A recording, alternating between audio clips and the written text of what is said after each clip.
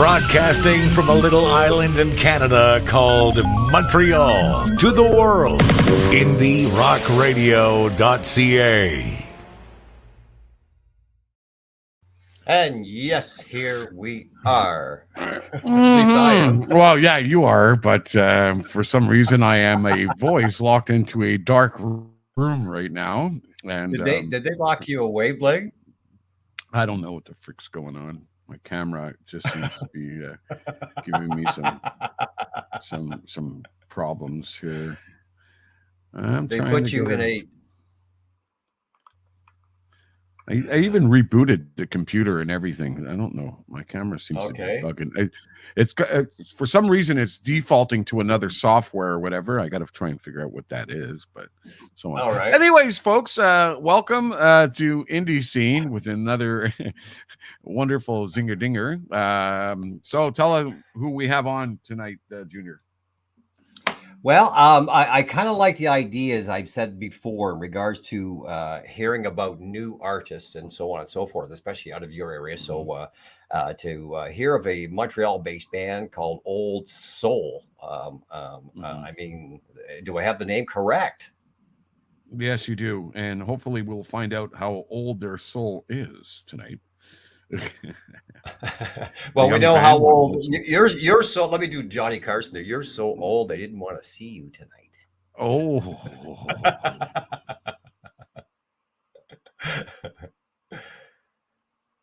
Are you still with me, or is it computer? Oh, you might have lost all of that, so I'll just continue. I'm having fun. Hello, Roxanne. How are you? We got a few people on board. This has been great. Like I say, we got these guests coming up, but damn computers. Hi, Dave Chessman. How are you? In regards to like last week, a lot of fun with Darby Mills and so on and so forth. And lately, though, sometimes these damn computers, they can kind of drive you a little bit off the deep end. You might have known I've changed my show actually with Indie Rock Radio, doing Wednesday nights, having fun with that. I'm kind of the reason for that as well. Who's that guy? Oh my God. I think we finally made it. So well, yeah, we have. I'll finish what I'm saying anyway. So the reason why Wednesday nights is because shows are coming up, and in discussing this with the program director, Mr. Bling there, I'm going to be busy with taking care of shows. So that's why Wednesday nights. So welcome back, Bling. Oh, he's frozen.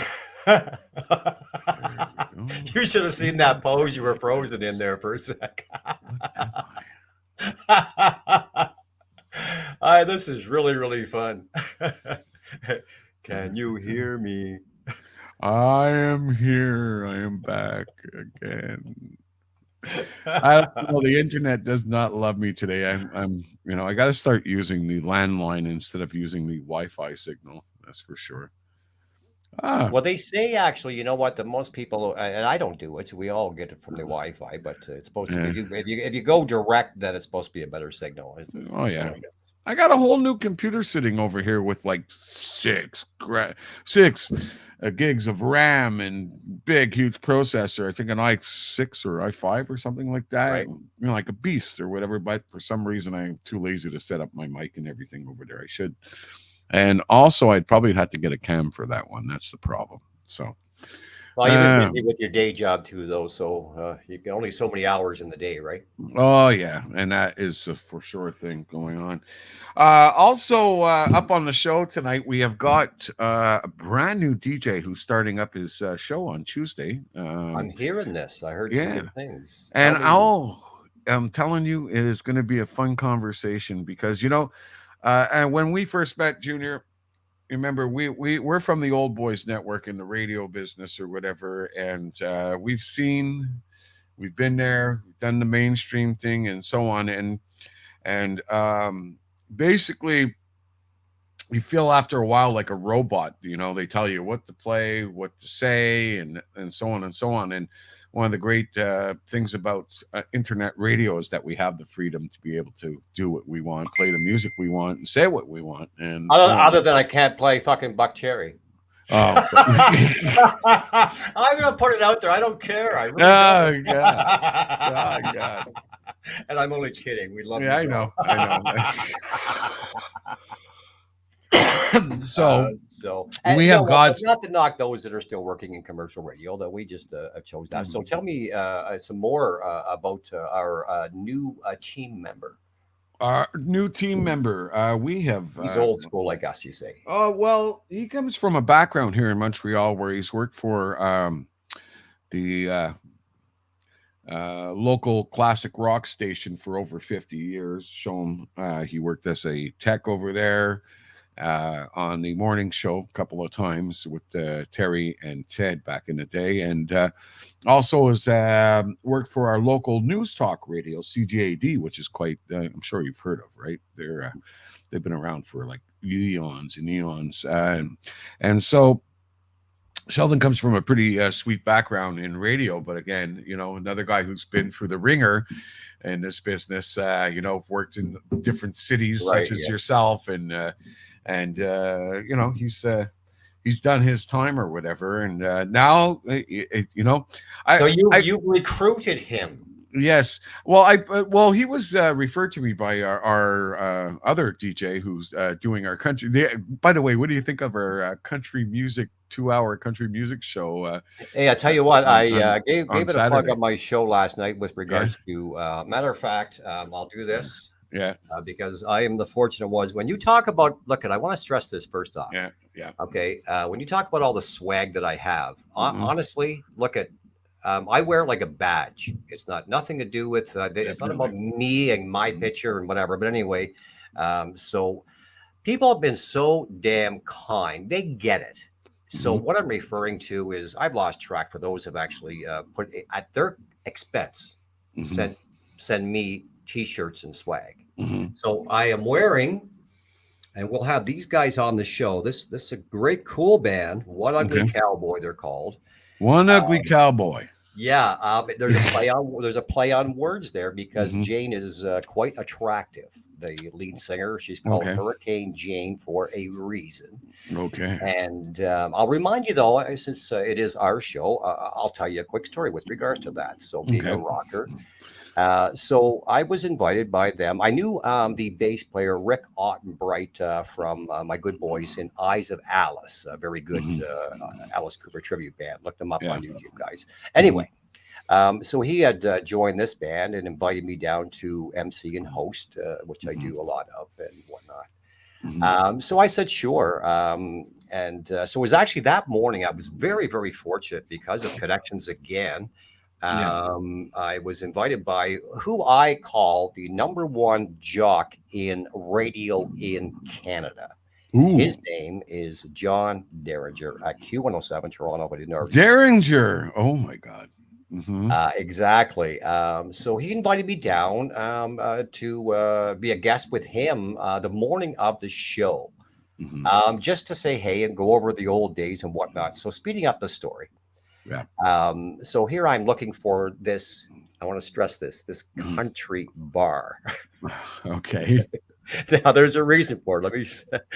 So all of a sudden, I recognize this other club called the Opera House, very very well known club in Toronto, Mhm. and I go, oh wow, okay. But that's not it. And then I Mhm. walk down the street and I realize, oh, I must be here. And I'm going to tell you why. Mhm. Usually, the best way to find a cowboy bar, Junior, is when you see someone getting thrown out the front. Well, Right? well, that wasn't it, but it's Yeah. damn close. It's damn close to that. Yeah. I knew I was there because it was only, let's just say, a block away. If I'm Mhm. wrong, I'm wrong. Anyway, because outside in the entranceway were bales of fucking straw. There you go. There you go. So Yeah. anyway, to Mhm. finish all this, get Mhm. into it. Of course, I go in and see my boys and everybody, and say hi to Jane and Rick and everybody, and go through as you know, get to what my role is and what time and blah blah blah. Mhm. So anyway, so I do my intro and I sit back and now I'm watching the people. Now, again, a rocker, but I do like country. Don't get me wrong. But Mhm. anyway, so as I'm watching the crowd, Mhm. I don't know the song, but I had heard of it. Now, all of a sudden, I hadn't seen a crowd chanting Mm-hmm. in a bar for like ever. Mm-hmm. And the song was, maybe you can help me if I'm saying it wrong, guys. Put it on here, print it if I'm wrong. It's uh, save a horse, ride a cowboy. There we go. You got it. Yeah. Do I have the right title? Save a horse, ride a cowboy. Yeah. Okay, but Yeah. during that break that comes in there, this Mhm. whole fucking crowd, they're Yeah. chanting that Bling, and I'm just going, what the hell? Now, in fairness, and again, you know what? And I've often bugged Jane about doing this as well. It was also for me the first time ever hearing Tennessee whiskey. Yeah. Oh shit! What's his name? Christopher. Yeah. Well, it's an old George Jones song, Yes. and nobody can sing like George. George No, had but he that brought it back wailing. there. I can't. I'm having a brain fart here. But But anyway, yeah, I know who you're talking about. It was redone, and it was done in more of a you can blues. tell we're not country guys mostly. But it is. Chris It's quite. Staples? It brought Oh, it no. back to popularity. That happens. Sometimes Anybody that's people watching don't. here, can you straighten us out here? We can punch it up. But anyway, the point being is, she sang that song, and me not knowing that if it was, they were doing it from somebody else because they have their own originals. Yeah. And it was one of those turn my head moments where I just went, what in the hell? She banged this thing out of the park like nobody's business. And now to the point of that when I listen to it, I do. It's a great version, but I can't help but hear Jane. So we're going to have them on sometime and whatnot too. So that's my great story about why I'm glad you guys made the decision on bringing on some country. And my mom and dad will be just so happy that I'm doing some country. If you like that one, Save a Horse, Ride a Cowboy. I was out in Alberta living there for a while, and I was doing some DJing and stuff for weddings on the side, and there was such a big culture clash because one of the brides or whatever, she personally requested that I play this song called Drinking Makes Her Clothes Fall Off. Right, I know of it. Yes, now. Yeah, and pretty much she said the song is to the T. When I get drunk or whatever, usually you find me naked behind the couch, and that's it. And and all this stuff. And tequila makes her clothes fall off. But you got to watch the video; it's pretty funny. But that's what's cool about country music. You always got these little catchy riffs, kind of like similar to when we were talking to Miles a while back, and he had that track which was I love to I hate to see you leave, but I love to watch you walk away. That's like only more of a country song, though, doesn't it? It does. And you know what? Before I forget it, now that I'm listening to you say what you just said, there is meaning you and I and everybody that's at Indie Rock Radio and the fans that are listening to us, our advantage over commercial radio. Yeah. They have to stick to their format. We can give you guys what you want. Anything. I brought that up, as I said, on my show last night about from the Women in Rock to Let's Get Punked to your show. That's what it's all about. Same as this show. We're doing it for you guys. You don't think we're doing it for money, do you? Yeah. No. Definitely not. No. To let the listener know a little bit more in detail or whatever, we're an online radio station, but pretty much everybody who does come aboard here in the station, one of the key requisites of getting hired was the fact that you had a passion for music, and it wasn't about the money, that it's about going out there and showing your passion for music itself. And this is what we do. So who the hell is doing news then? We're a bunch of spin doctors is what we are. So who the hell is doing news? Les Nessman? No, but I'm thinking about asking Sheldon Eric Freed to do it, because he worked for CJAD. So if anybody's really good at news, I'm thinking about doing that, a little rock and roll news segment. So, we're constantly growing here at the station. We're always trying to throw some new stuff into the mix. And if it works, it works. If it doesn't, it doesn't. One of the main things that's worked is the Valley or whatever. And the fact that we're Christian listeners and stuff have accepted us and understand that, we're not perfect. we're a little bit of bad boy. You know what I mean? We're not angelic, but we believe in God, we trust in God, and and so on.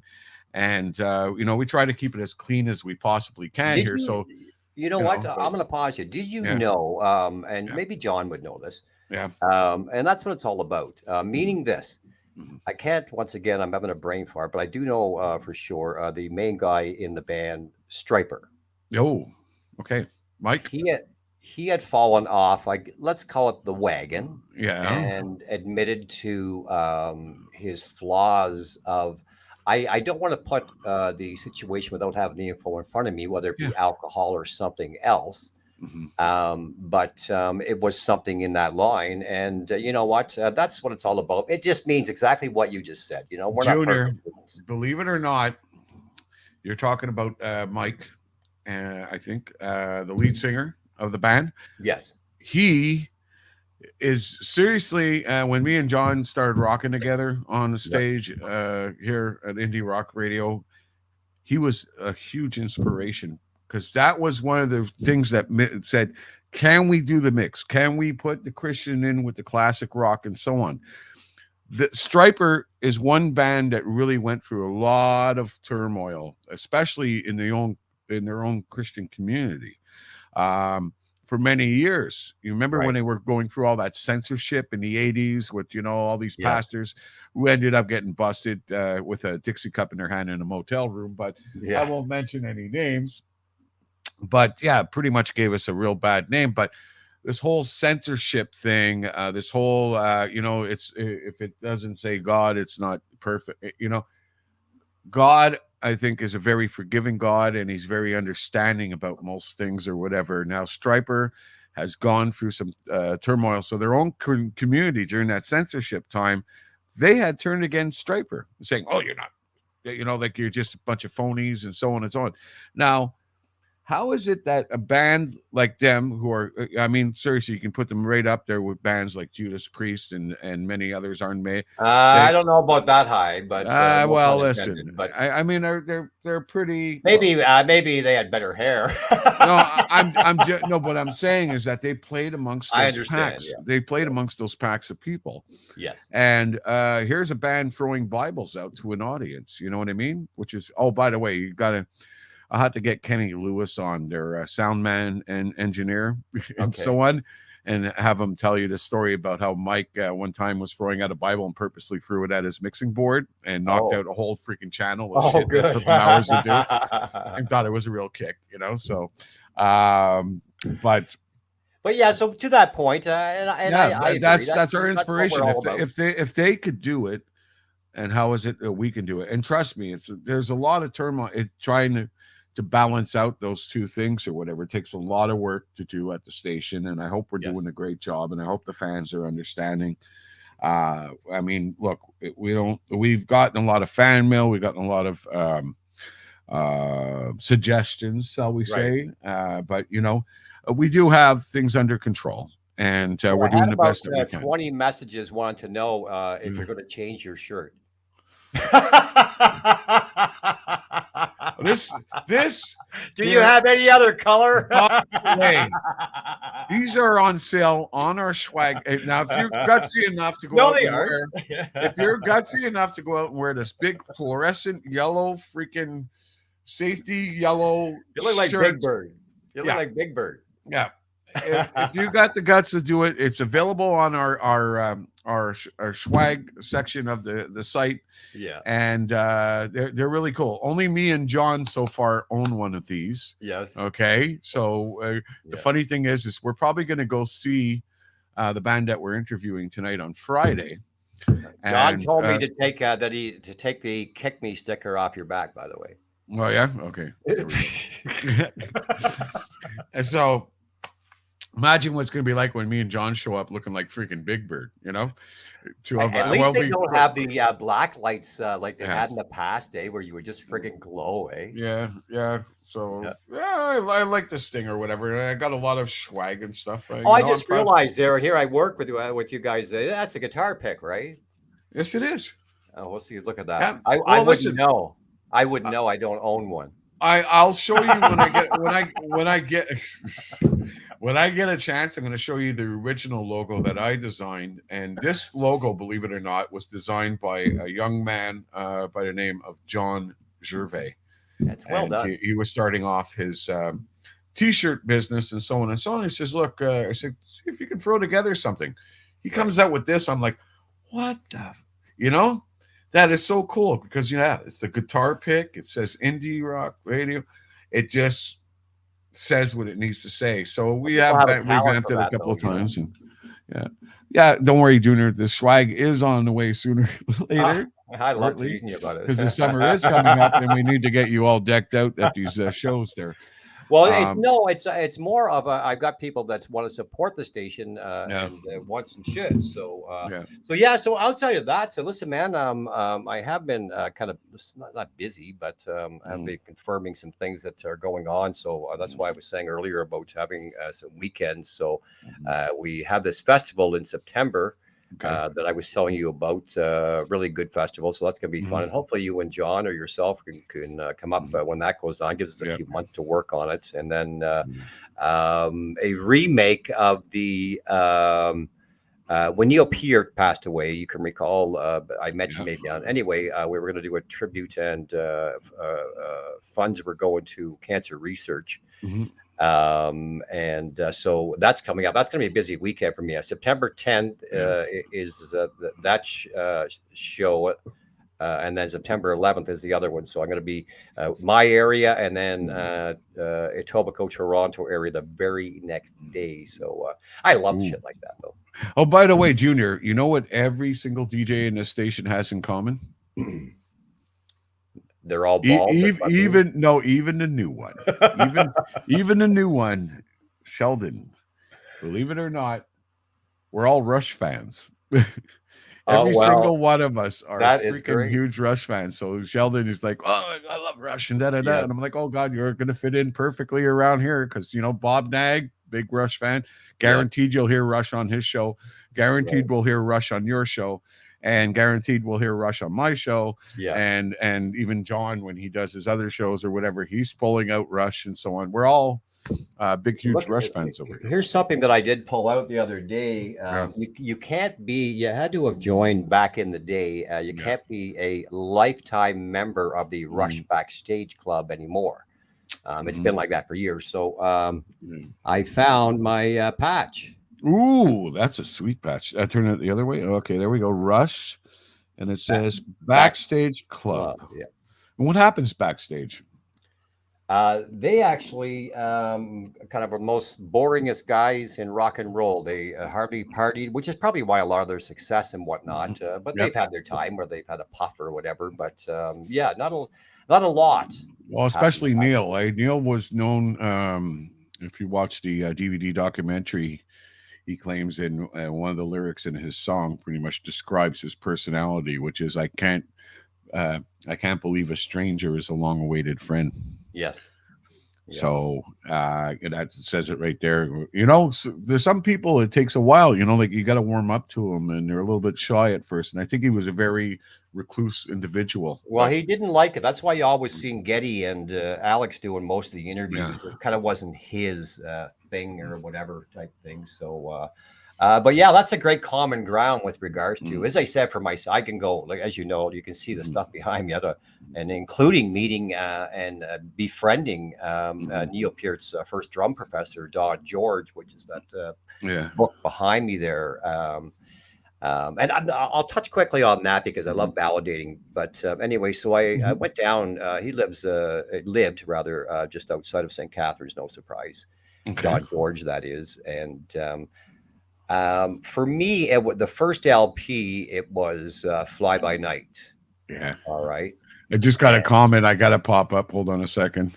This is Roxy. She's been a huge fan of ours since the day one or whatever. And I think she said it right. Hey, you don't want to. We won't get into those stories, Roxanne. Because but I will share one in a minute though. That's kind of close to that. So anyway, I'll end on this quick story though. That So these guys introduced me to Rush. They were from Alabama. Said, y'all heard of Rush? And I said, no. So it was the Yeah. Fly By Night album. Years later, of course, now speeding up the story, I'm going to meet finally Neil Peart or rather Don George, and be able to talk some Neil Peart. He had some. I have them on my wall. Some very personable. Um, Yeah. So sorry, very, very, that's my ringtone. Believe it or not. that's a good Anybody? one. Yeah, I don't know Um, what. I think it's the Minions. I'm not sure. Anyway, so went down to the studio, and out of all the LPs that in his studio Mhm, that he could have had on his wall, Bling, it mhm. was only one, and I felt like I was coming almost full circle, Okay, and it was Fly By Night. there we go. One of the coolest album covers too. Was that a snow owl?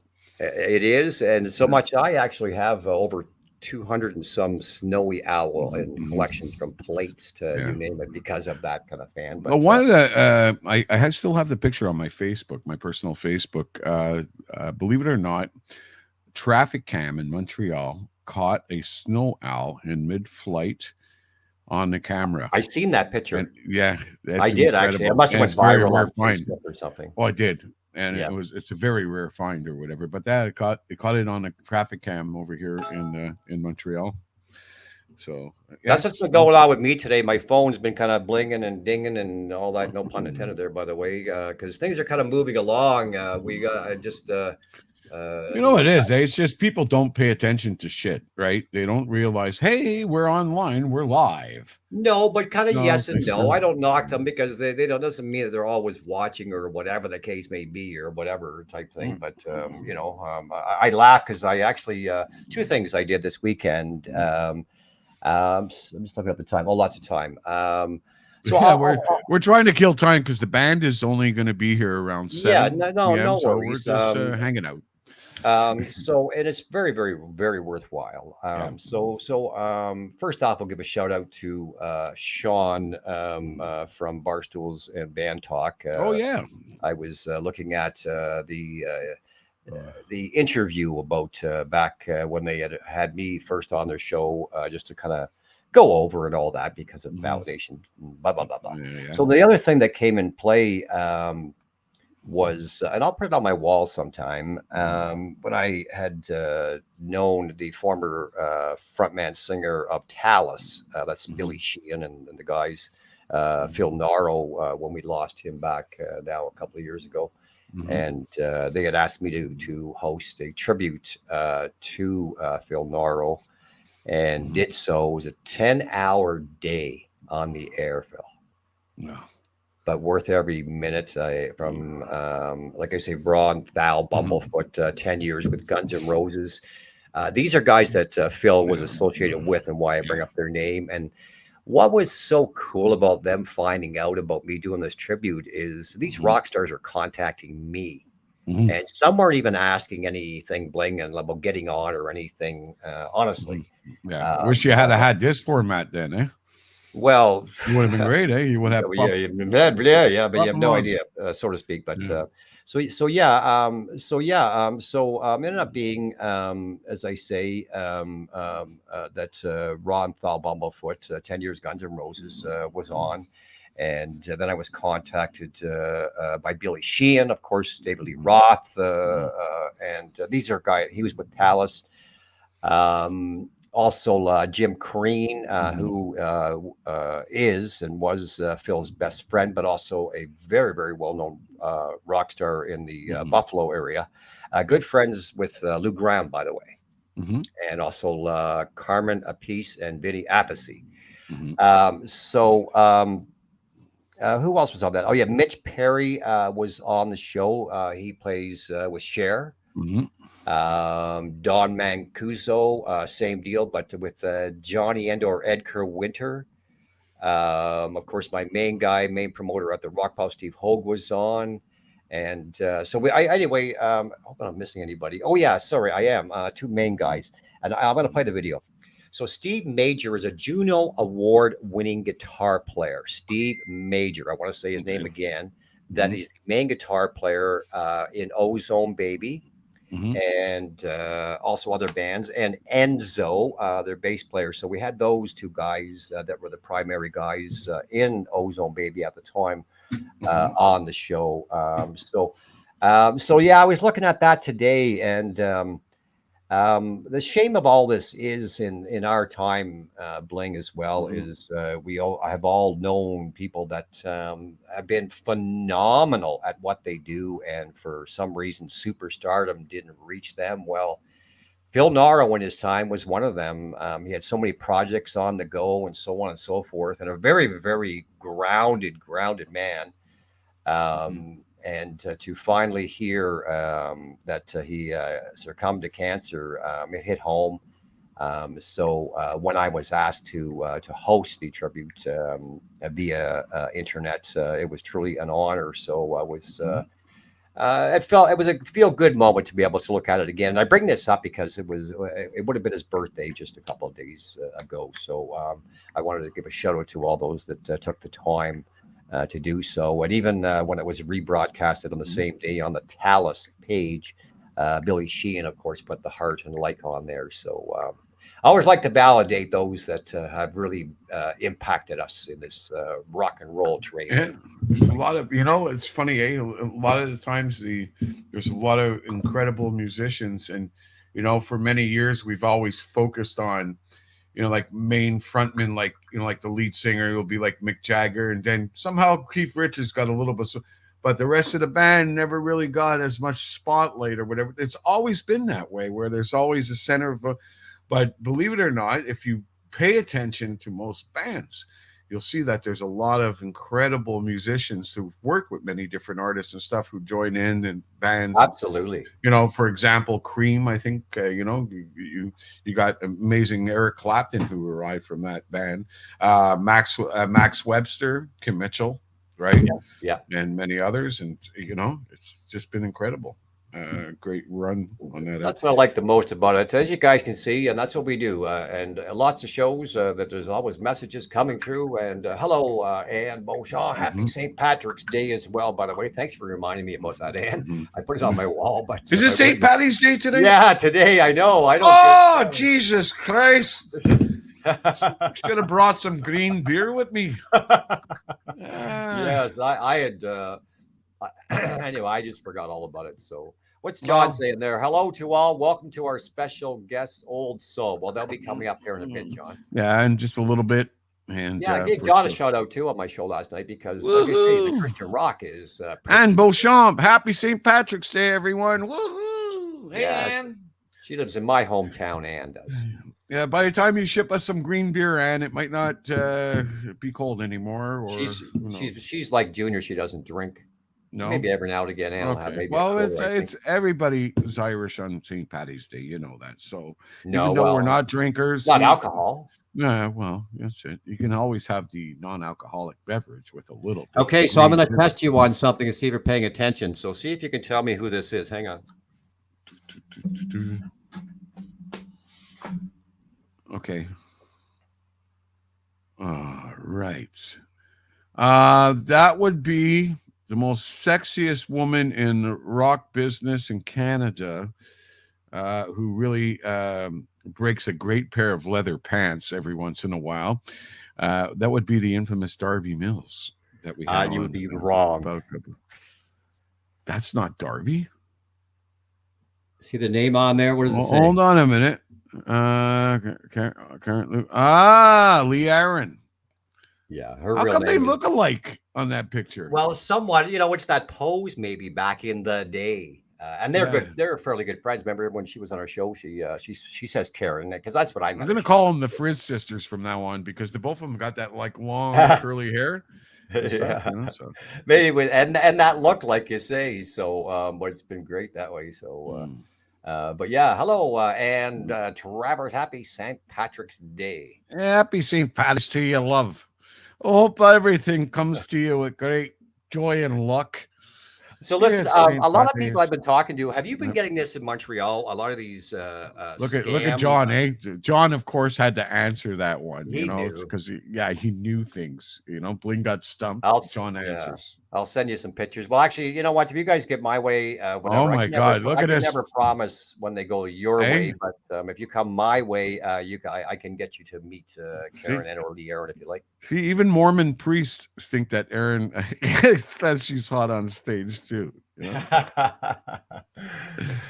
So yeah, John's all cool that way. She was But hot on yeah. stage, man.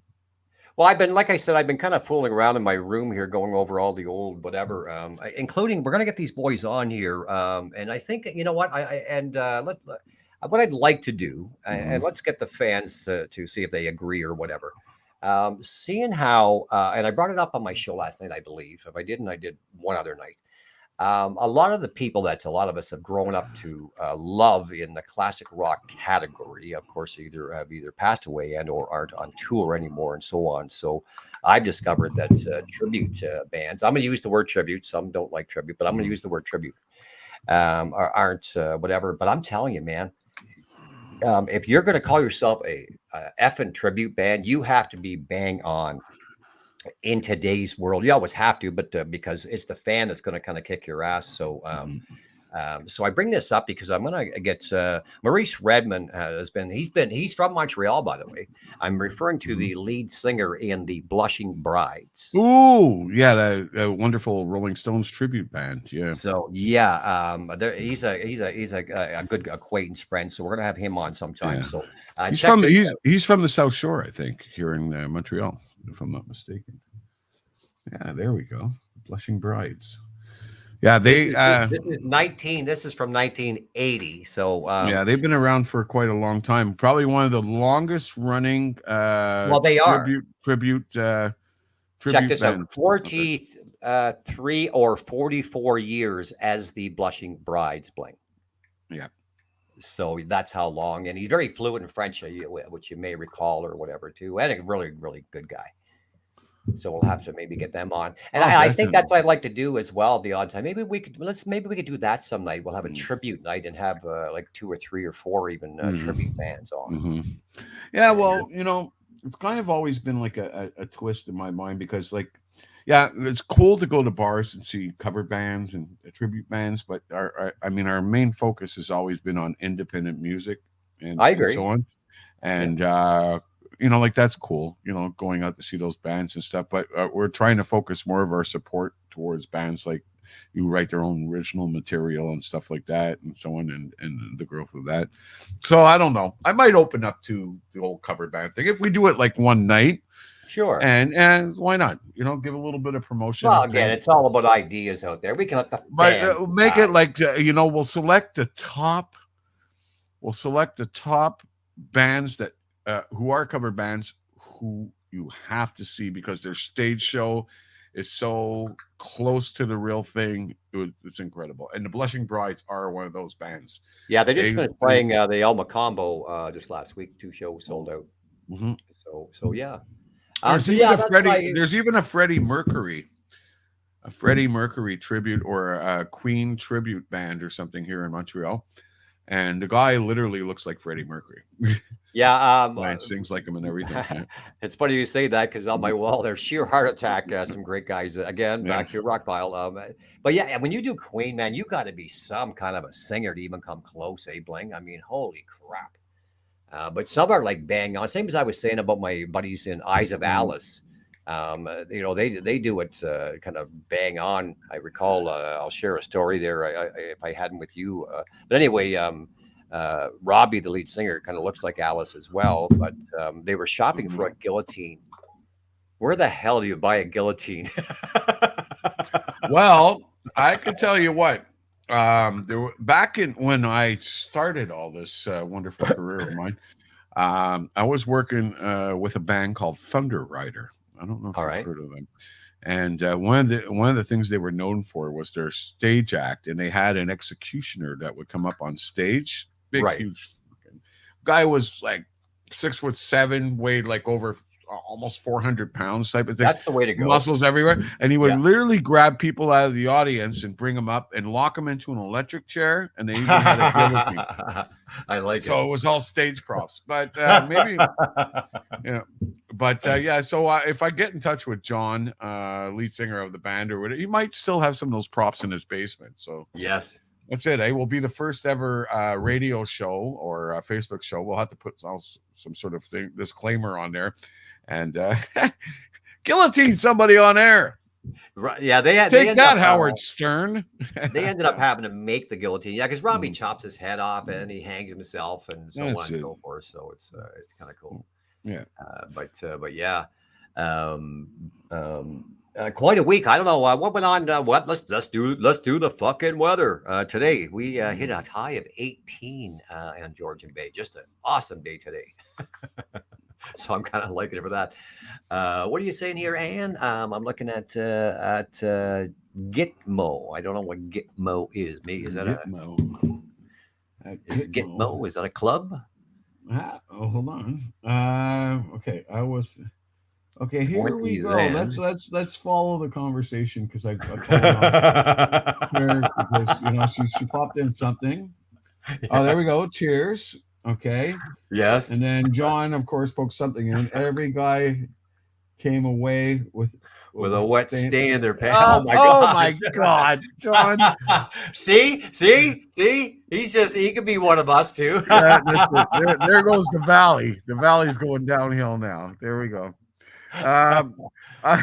He does have a good sense of humor, John. I was 20 then.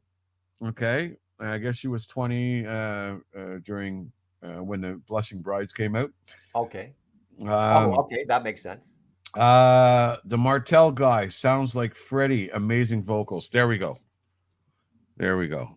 So Roxy knows that too. By the way, Roxanne's a amazing singer also, man. You got to hear this girl sing. That's good. Oh yeah, she gives me shit like like she doesn't want to like sing for me, Roxy, and she's like, I have to have I have to rest my voice because you were talking about this on the show last night. It was like I have to do my vocal exercises and I have to protect what is there and stuff. Yeah, because a lot of people don't realize it, but when you're on stage and you're singing, especially if you're doing a live show or whatever, you're singing how many? Almost 20 tracks or whatever, and sometimes your vocal ranges change often and stuff. And that's a lot of strain you're putting on your voice. Although many musicians I've known have told me Fisherman's Friend is a really good thing to take just before it all kind of opens up your tea and lemon juice sometimes too. There's different formulas. So, but yeah, as I was saying, but it's very true that most professional singers, you will see them with scars around their neck. I wear one as well. This is just my good luck one by wearing it right now. Don't get me wrong. But it's what, even in my role, I'm socializing the whole evening. You're well as stuff like that type deal. So with all the, dare I say, all the talking and all that, I like to keep my throat taken care of outside of the damn cigarettes. But let me tell you something, a little tidbit, folks, and I'm sorry to bring it up, but Junior had auditioned one time for Honeymoon Suite. And have you ever thought of what your life would have been like if you had have become the lead singer of Honeymoon Suite? Or I believe that they owe me money because no, listen now. Because I got a new girl now. There you go. Not really. I never thought about it much, to be honest with you. It was all about, it's funny too, because I mentioned to you that it was a Gino Vanelli singing teacher that I had, Carolyn Leslie out of Toronto. And I try to do my best to whatever, but yeah. I don't know. Auditions, they seem to, I think Anne likes our execution idea. Oh, yeah? Yeah, it says hit executions. Executions. Is that whips and chains and everything like that? Yeah, that's it. We should get her on the show sometime. Sure, John. Sticks and stones may break my bones, but whips and chains excite me. Is that how it goes? We should get her on the show sometime. Oh, yeah. We will.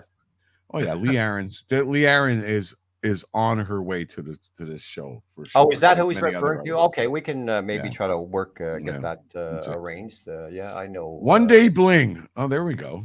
I know. I think that might be a threat. I don't know. Guantanamo Bay. Oh my God, we have got Anne just like into this whole execution thing. Wow. Guantanamo Bay. She's bringing up some heavy shit, She and got, I love it. She got wicked hair. I like that hair. I know, cool. And Roxanne can Can sing sing live for us. live for Yeah, us. Oh, well, there we okay. go. Why don't That's you just it. click him in and we'll get John part of the show Yeah, right that's it. now and talk to Yeah, us. come on, Roxy, come join us. Neil Lagarbius is a well-kept secret. Laryngobus? Laryngobus. Fuck, Roxy, now you're really killing me. Is Oh she my trying God. to say laryngitis? I don't know. Neil Laryngobus is a well-kept. Oh, okay. I think it's probably some lozenges or something. Neil Laryngobus or something.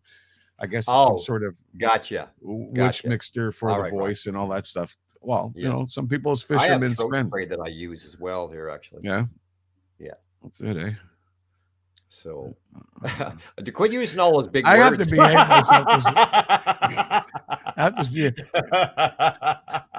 because I was about to say something really off till there because you know me, Yes. I always jump something in there, but I was about I don't know. I was going to say I don't think gay singers have much problems. No, Hey, no, you can't go there. no, I know. We apologize for the comments that were made by the gentleman that was under the influence of being dumb. So I did a thing the other night that made sense here before we get into our guest coming up, and I thought it just kind of made sense with what we're doing as well, and it was quite frankly. It's a suppository.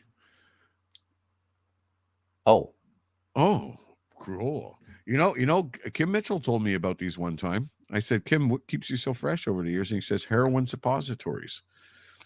Are we talking about the same thing, Roxy? Probably not. Okay. Damn those songwriters and them big words. Okay, There we go. Yeah, for sure. We're killing time. We're having some fun here, Junior. This is been a great time. And so here's what I want to do. I did this last night, and we'll see if the fans and or yourself agrees. All right. So it is about the cost of being a musician.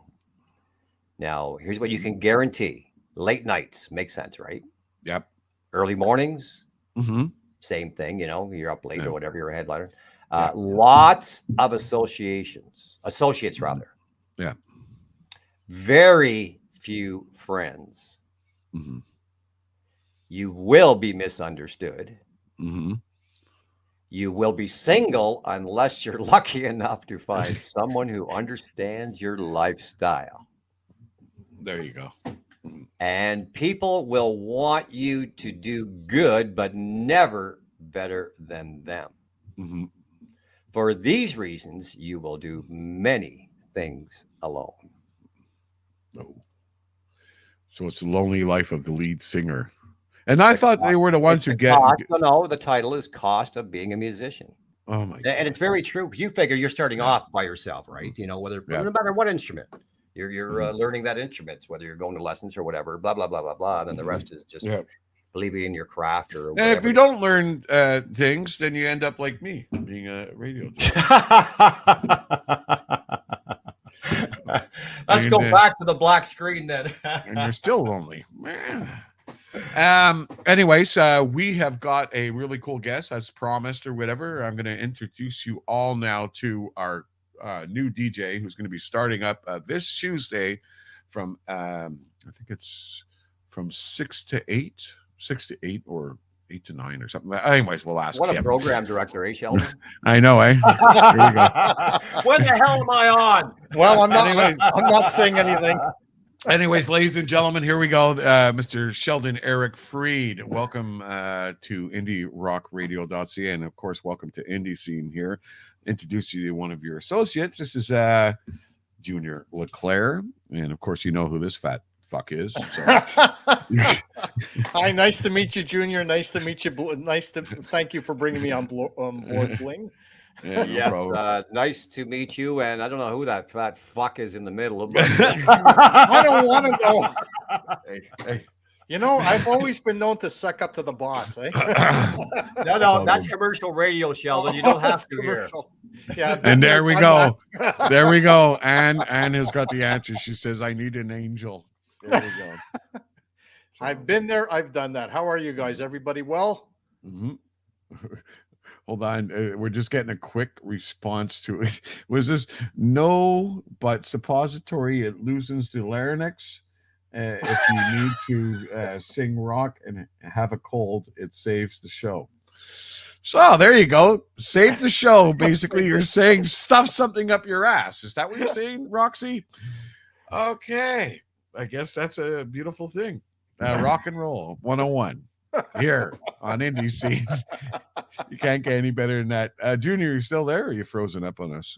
Oh boy. I think Junior's frozen up. He'll come back. It's nice to see his smile though. So anyways, we were talking about you a little bit earlier. Were your ears ringing in any way, or no, actually I just got in the house by about 6:30, so I didn't really. Yeah, there we go. So basically, we wanted to bring you on the show, kill some time also, because we have got a wonderful interview coming up with Old Soul. Junior will probably pop back on any minute there, but let's keep this thing rolling. Sure. So welcome aboard to the station. You have a brand new show that's going to be starting on Tuesday. I am looking forward to it. Mm-hmm. And this is called what? Inside the Vault. And there's Tuesday evenings from 6 to 8 p.m. Okay, there we go. And so tell us a little bit about the show, what people can look forward to on the show. Well, I play the very best of basically, I used to grow up, and you and I have talked about it off the air of a station called Shome back in the day. Yeah. And they used to blend a lot of classic album-oriented rock, progressive rock songs together where mainstream radio doesn't do it now. And I'm trying to bring it back, and I've had this show on other platforms. And I want to take this, and it's called Inside the Vault for that reason, because there's a lot of songs I'm going to play that obviously people have heard of. And I'll play other songs that perhaps people might have heard of, but a very, very long time ago. And I'll play other songs that maybe people haven't heard of in a very long time, or not at all. That's what I wanted to do. And it's about the music, because it's not like I talk after every song. I like to have a nice blend, a nice flow of the music. And I want it to be like the way it was, the FM, the classic FM rock. There's Junior. Who's the fat fuck in the middle now? You read my mind there. No. That's what I get for calling the boss a fat fuck, right? Sorry, Sheldon. No, not at all. Not at all. That's all. It's all about having fun. I love it. Oh man, this is great. So continue on, Sheldon, as you were saying. So the thing is, I wanted to bring that back to the album-oriented rock, the progressive rock, and the classic rock stage.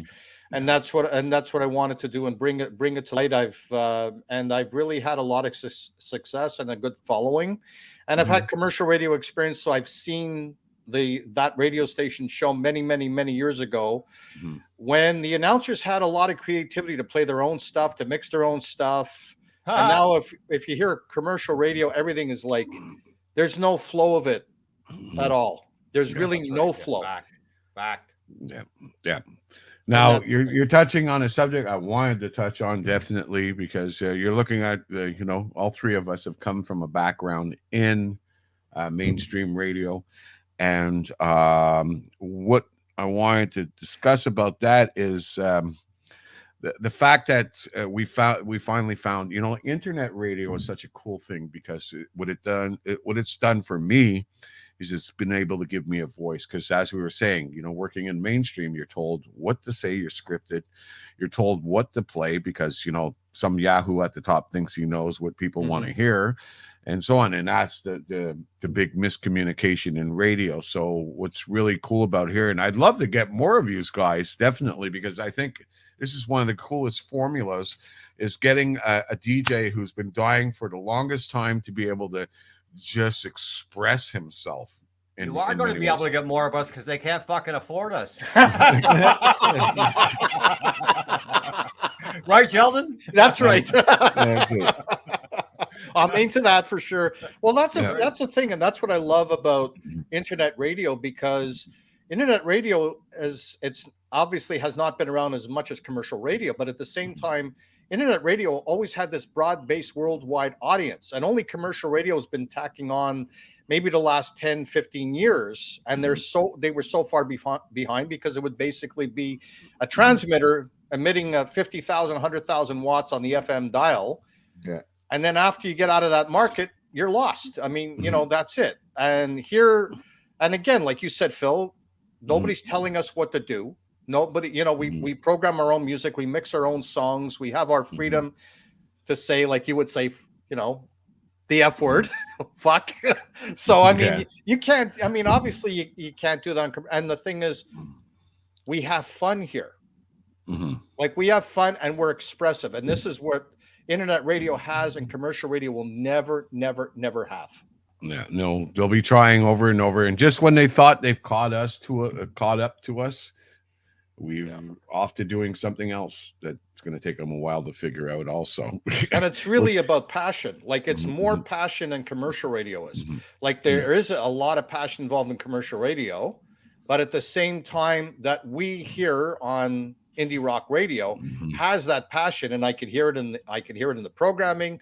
I see it now with you, Bling, as well as Junior. I wish I had Junior's hair, but but that kind of stuff. But I could see, look, we're all smiling, we're having a good time. Well, it was funny we're that ourselves. It's funny that you said that, because Junior, I says, what do we all have in common, right? And I said, Junior answered that he's the only one with hair. And significantly more. And Junior is going to put that as part of the merch in the indie rock radio store. So that'll match your shirt, Phil, and I'll be fine. Perfect. We're gonna sell locks of. That's right. We're gonna sell locks of Junior's hair, like little tiny snippets as it grows out. Every time you go get your hair cut or trimmed, I will touch on that, Sheldon, just for the sake of some fun. So I did run into a friend, I guess about let's say a month ago. And he's been bald for, I don't know, 20 years. So he goes, holy fuck, Junior, are you ever getting gray? And I went, I know what you mean.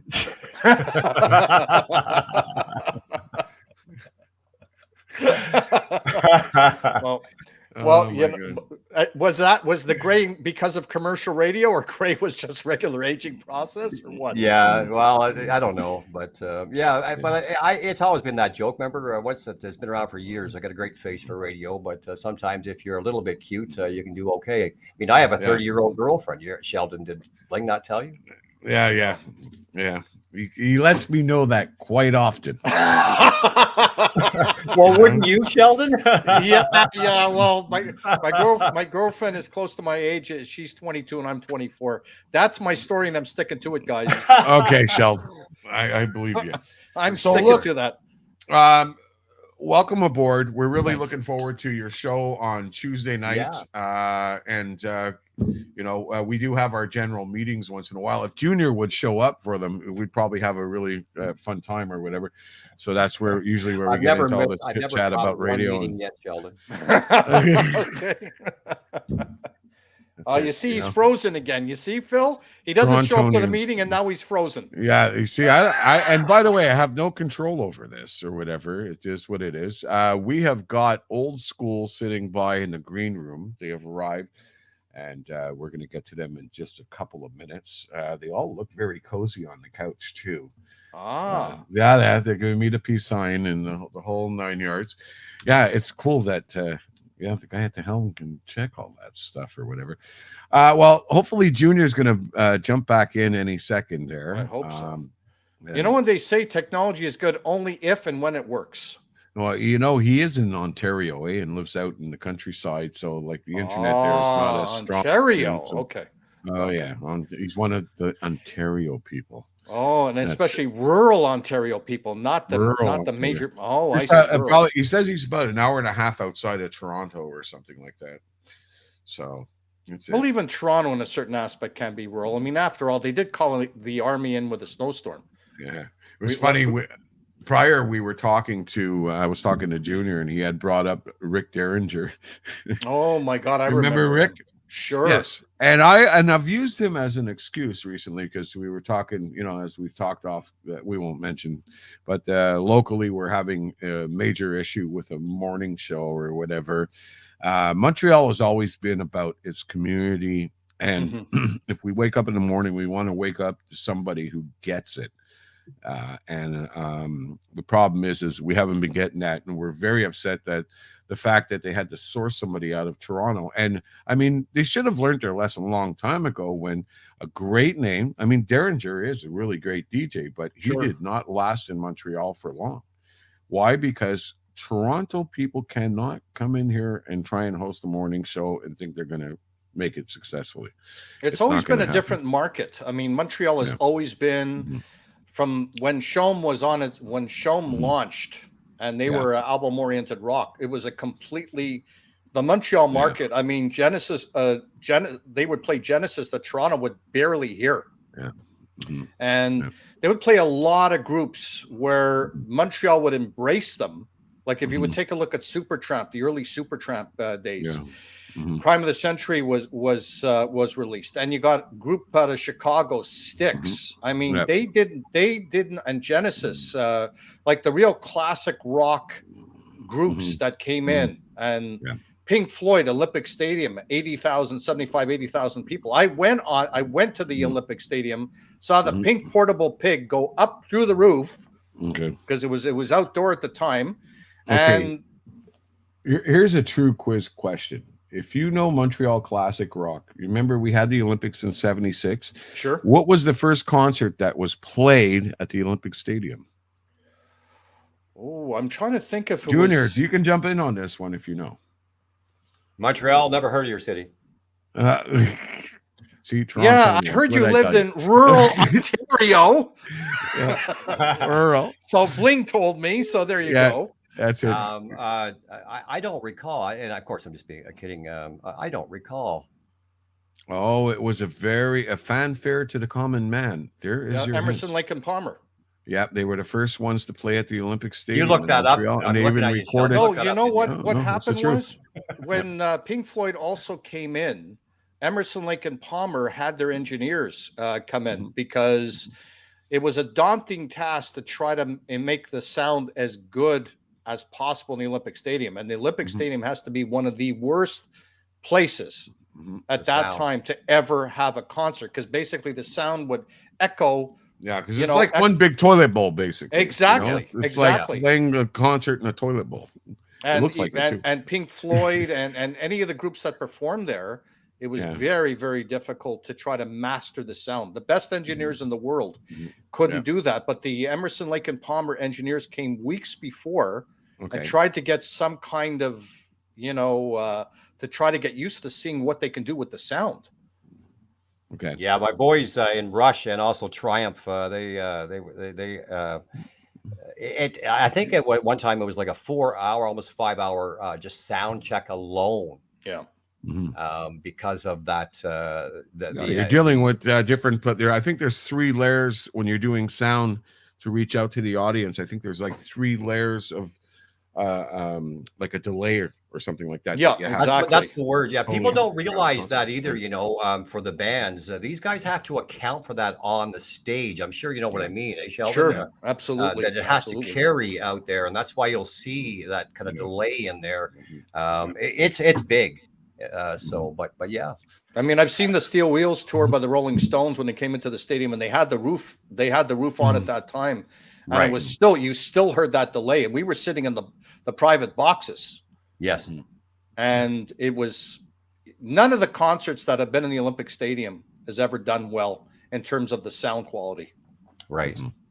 Okay. Like even the arenas these days anyway, like the Bell Center here in Montreal, the Air Canada Center in Toronto, any of these they're not made for it. I mean, they're made in terms of the crowding to get money in for the record companies that are sponsoring it and the artists and everything like that and the groups. But it's not, it's not like Place des Arts. It's not, Roy Thomas Hall. It's not like the National Arts Center in Ottawa. They've actually had you, and you'll appreciate since you know a bit about sound there, Sheldon, no pun intended. When I saw Kiss, They had to bring in their own to kind of make it that full to get that impact. Plus, during that tour, which is the last tour. But anyway, Paul Stanley goes right to the other end of the arena type deal. So yeah, they had to play with the sound a lot. Yeah. Definitely. Well, listen, another band that is going to probably be experiencing the Bell Center and many other big concert halls sooner or later is our guest here tonight. And we want to say thank you to you, Sheldon, for jumping in here and coming to introduce yourself to the you got to be someplace.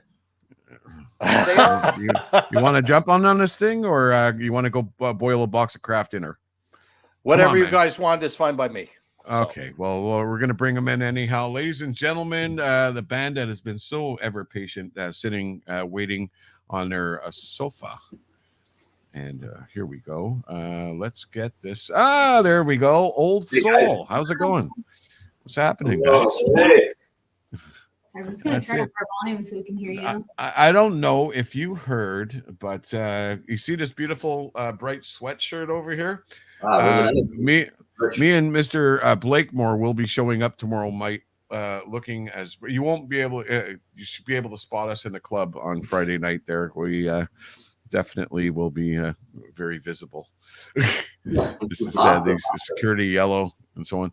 We lost Junior again. Are you there, Sheldon? I'm here. Okay, Sheldon's got some strong internet, so that's good. Hold on, I'm going to try and fix the screen a little bit here. Oh my God, sorry about that. That's okay. Guys. Well, because now we're having our own issues over here too. That's beautiful. Oh, okay, yeah, that's There better. you go. That's better format, actually. Okay. There we go. Now let's switch use guys over here. Okay, something went wrong.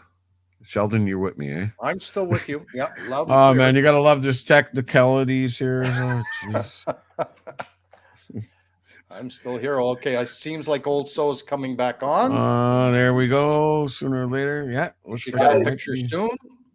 Okay, we're here. Hold on, we got audio, but we don't have. There. There we go. There we go. Keep rocking in the wrong way. Yahoo! So, anyways, welcome aboard. These guys are Montrealers, of course. Say hello to our new DJ, Sheldon Eric Freed. Hi, Old Soul. Nice to meet you, Sheldon. Nice to meet you too, guys. Yeah, thank you. That's it. So, here we go. Junior's back. What a pain. Nice hair, Junior. Back again. Oh, thanks, buddy. Oh, See, we were all talking about your hair. You gotta fix the camera, Junior. Okay. All we can see is your chin. Let me just move that. See, now Okay. highlight his hair. Okay. There we go. Yeah, he has to highlight the locks. You know what I mean? Of course. Yeah, that's it. So tell us, bring us back. Tell us how Old Soul, how long these guys have been together and how you guys formed. All right, so I'm gonna take a swing at it. Me and Ryan, the drummer over here, we've been friends for about like 12 years since early high school. Since early high school, and we sort of played Guitar Hero and stuff together, and we liked rock music, and we started listening to some Metallica and Megadeth, all this heavy stuff. Yeah. And we just started jamming, And then for a brief moment of time, we weren't seeing each other as much anymore, and he started going out with Loretta over here, the singer, our resident vocalist. Oh, okay. There we go. Yeah, and so she was telling him that we should start a band, and they invited me to come jam with them, and we started playing Sunshine of Your Love, super simple stuff that probably sounded terrible at the time, but we kept with it, and then we had a different bassist back at that point, and then we were lucky enough to get our now good friend Joe with us on board on bass, and everything just kind of clicked and worked out, and it's almost like it came to us in a way, even though we decided to start the band, all the pieces just clicked. Yeah. Pi tutte quante italiano, sì? No. No? Who's the Italian here? Two Italian. Two Italians, eh? Okay. Yeah, two Italians. We got a Greek here. Greek and Italian. Oh my God. There you go. There's the mix. So Junior, just go ahead. In case my computer cacks out and I got to go back to say on my phone or whatever. You mentioned about the song "Sunshine of My Life" and whatnot. So you guys don't even look the age of that. So is it the parents that influence you and the music that why you decided to follow that? Absolutely. I grew up in a household where music was playing all the time. My father was a bassist in the 80s. Mhm. He toured around Montreal. I would hear, if it wasn't Journey, I'd hear Foreigner. I'd hear some 60s, 70s stuff, a lot of arena rock stuff, Boston. And Right. just naturally you go digging a little bit deeper and you find a lot of that older stuff. And we play mostly that 60s, 70s style. So Jimi hence the Hendrix name section. Old Soul, of course, right? Exactly right. Mm. Yeah, that's Oh, right, okay, Gonzo. okay. I like it. That's awesome. Yeah, I kind of I mentioned. Are you guys familiar and have you heard of Liliac? No. No, we haven't. Okay, they are the Partridge Family of heavy metal. Look them up. Okay, Partridge Liliac. Family of heavy metal. Oh yes, Mhm. they did Yeah. Ronnie James Dio like Oh, I love Dio. nobody's Wow. business. Mhm. Oh, wow. If you punch it up, I asked that because of the age. So why I'm bringing it up Yeah. is it's similar to the Greta Van Fleet thinking. It's Mm. so nice to say and see and hear that that the influence is still out there. Is what I'm getting at. Yeah. Absolutely. Are they also from Montreal? They are not. They are actually from Romania. Oh, wow. Okay. Nice. They were on the Santa Monica Pier and were discovered by help me, Sheldon. What's the drummer from Sting's drummer? As not Stuart not Andy, Copeland. Yes, Stuart there's a drummer. Copeland. Yeah. Yeah, so he kind of boosted them. They were on one of the talent shows. I don't know whether it was American Idol or whatever the case may be. But they recently have worked with Kiss. Yes, Wow. that's how good they are. Wow. And also Vinny Appice and Carmen Appice, the brothers. Great. So anyway, I bring them up because they're over my shoulder here. I was responsible for the Canadian debut of Liliac. Look them up and you will freak out. They're a whole family. At the time, the youngest keyboard player was, I think, only 10. Oh, Up wow. to the age of 16. Now, I won't go on because I want to ask about your guys' band, but I'm saying this because it is truly still out there in the examples that I'm bringing to the table. Now, if That's that didn't sound Canadian, eh? Did you hear that? Use guys' band. Hey, international. It's good. So long as Yeah. the spirit's That's it. alive and people are making that music, right? You got it. You got it. So, Sheldon, do you have any questions for the band? Oh, remember, Well, we jumped I in was and- going to ask about the influences that you have, but a lot of the arena rock, bands that are going, and you're taking it, and you're taking it, and you still have this, and that's what a great name, Old Soul. Just to take that and take the arena rock, and then just bring it to form. I think that's absolutely fantastic to have that. Thank you so much. Thanks. Yeah, thank you. Yeah, that's a nice ring to it. Everyone knows what it is in Old Soul, you know? And we all feel like we are, so it just It makes sense. It works. yeah, exactly. Yeah. No, Okay, these absolutely. guys got some fan mail over here. Oh, really? Oh, yeah. A Susan Collins. Here we Oh, go. wow. Amazing band. Ah. Oh, shit. Thanks, I Sue. don't know. Thank you, I can't Sue. see it. It's Sue, supposed to love show up sports. on the screen. Yes. Yeah, I see it on my screen. Yeah.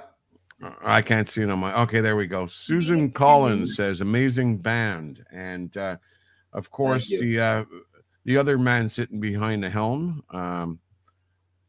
Mr. John Oh. Blakemore, who brought these guys in here. Yeah, thank you for the Um, opportunity. Thank you, John. Yes, thank We you so appreciate the much. opportunity, man.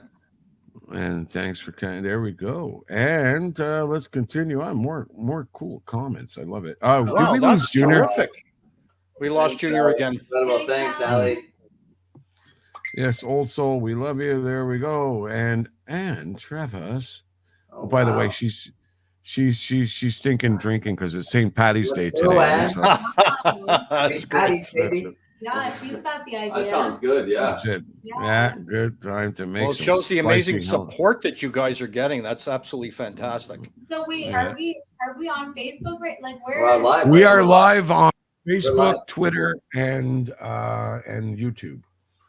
Oh wow! Oh, that's so fun. Great. Yeah, It's a great we've format. never actually been live, so this is kind of cool. Yeah, You know? it's a Oh, yeah? fresh experience. Yeah.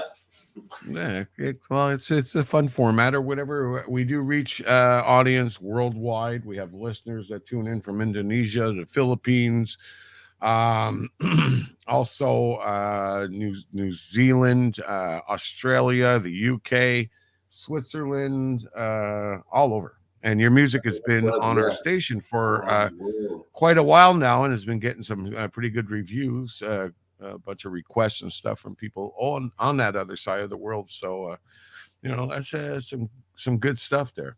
Hello to everyone across the world. Hello, everybody There you go. everywhere. Everyone on the interwebs. Well, as I always like to start off, it's good evening, good morning, and good afternoon to wherever you are in the world, because as we're heading into the nighttime over here, they're just waking up on the other side of the world. So it's pretty freaky how we just Yeah. spin around and go to oblivion like we do. Here we go. Here comes Junior.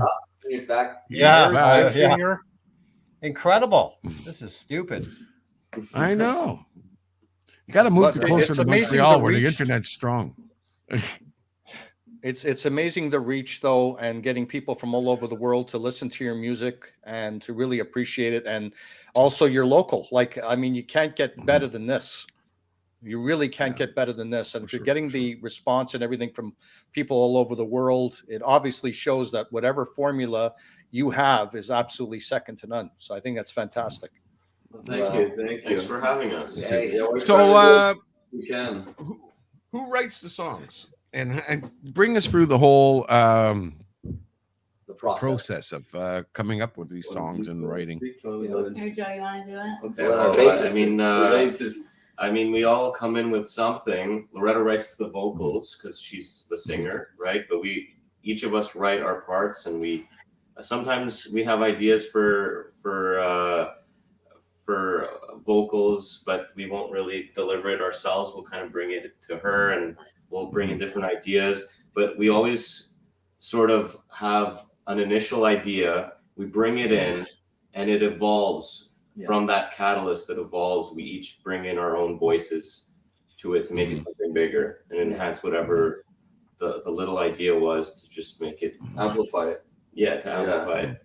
Yeah, we communicate very well, I feel, in the band. So, if Peter brings in a guitar riff and he has an expectation, sometimes it's exactly that. But after a little bit of jamming, a little bit of working things out, we find a real nice pocket together. Like the rhythm section has a very good important job of creating the space around the single riff, because you could have a riff that is maybe nothing special, but if the rhythm section is doing something very lively underneath it and the singer is doing something very interesting, then it becomes something greater than just the part. It's more than just the part. It becomes like a vehicle. It moves. It goes somewhere. Yeah. Have you ever tried the Spinal Tap amplifiers? Never had an amplifier. It goes to another level. I don't think we're allowed playing no, it's a little too loud. We have some cool amplifiers that get pretty loud, but nothing 11. No shocks. No kicking, eh? I'm a drummer too, so sorry.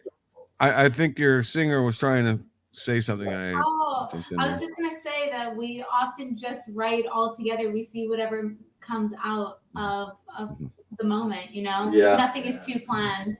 It's very natural. It's spontaneous. It's spontaneous. Yeah. Like just out of a jam. Just out of a jam where like someone's meddling around. It's like repeat that. You know what I mean? Yeah. Then you repeat it, and it's okay. Now this is the song. What's the next part?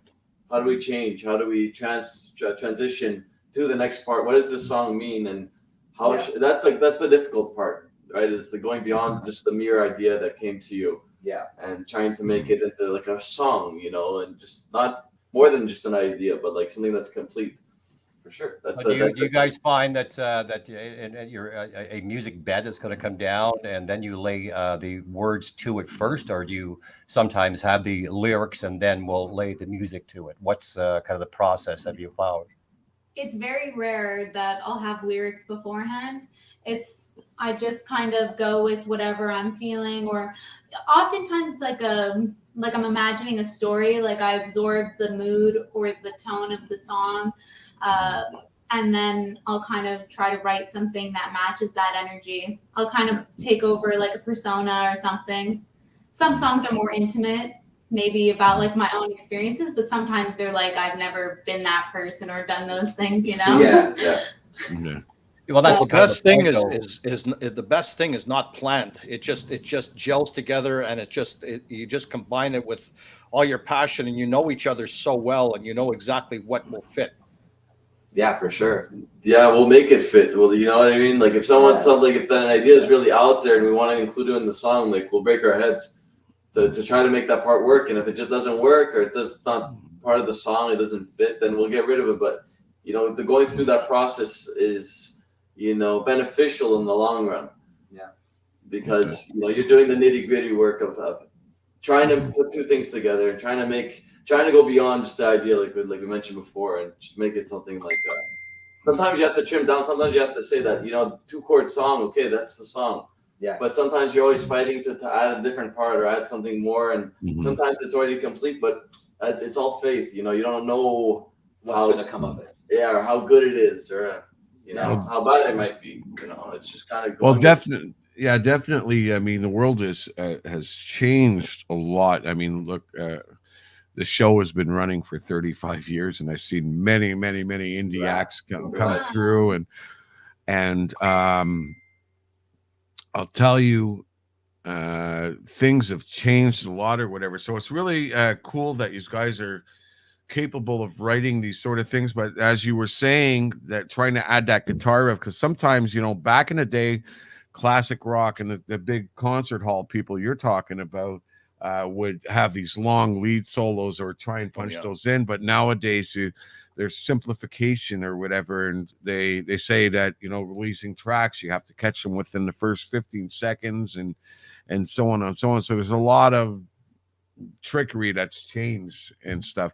How do these guys cope with the well, I mean, you're young enough to know exactly what's going on, but how do you cope with trying to keep that old school type of sound and trying to make it match up with something more modern, like what's going on now, you know?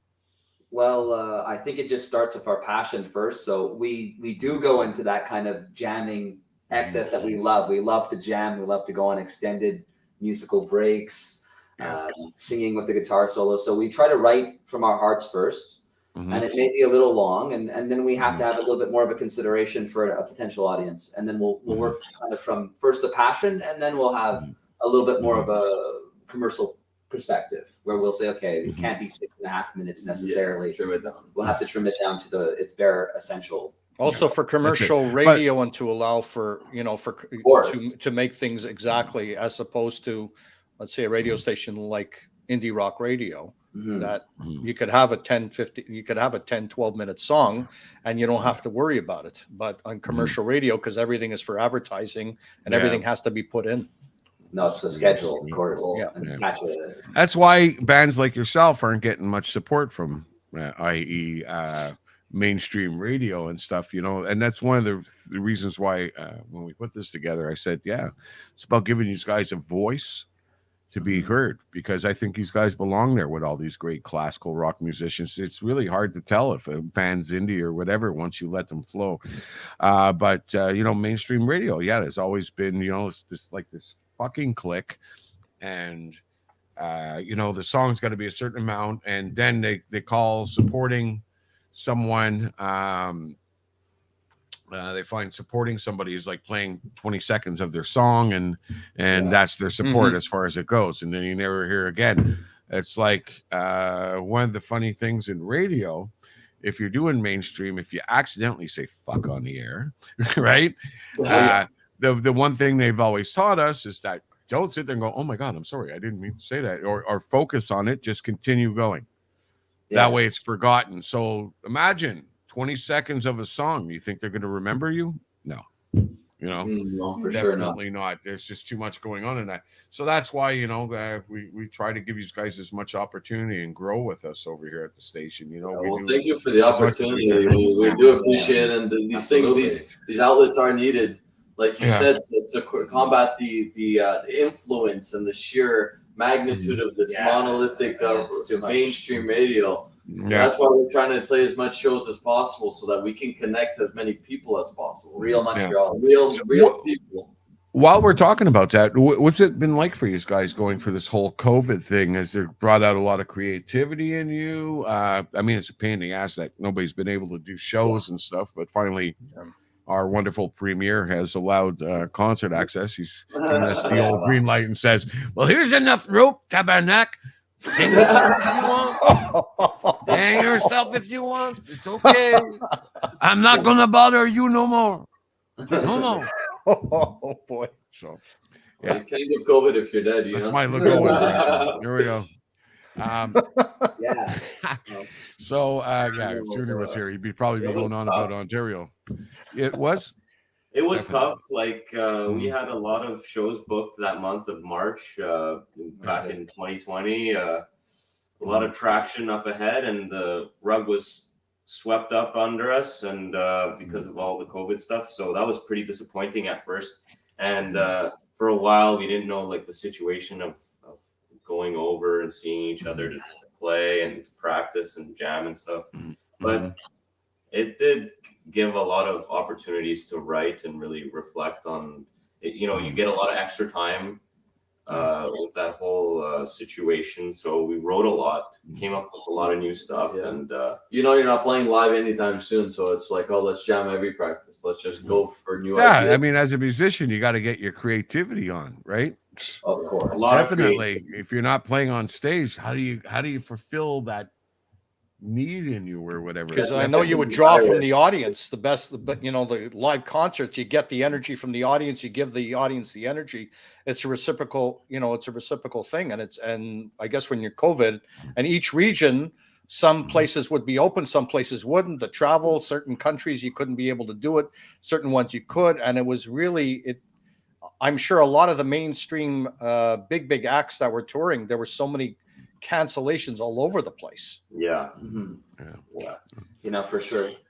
It was a time to record. I mean, I'm sorry. Were you going to say something? Yeah.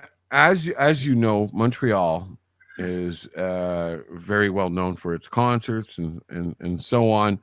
But that has changed a lot. I mean, we've lost a lot of great venues and stuff to play in Montreal, like the Pioneer and many others. And so on. So it's been very tight when it comes to like trying to book shows over here in Montreal, because there's not a lot of clubs that are doing live venues and stuff. And if they are, it's usually that little hidden in the corner place and so on.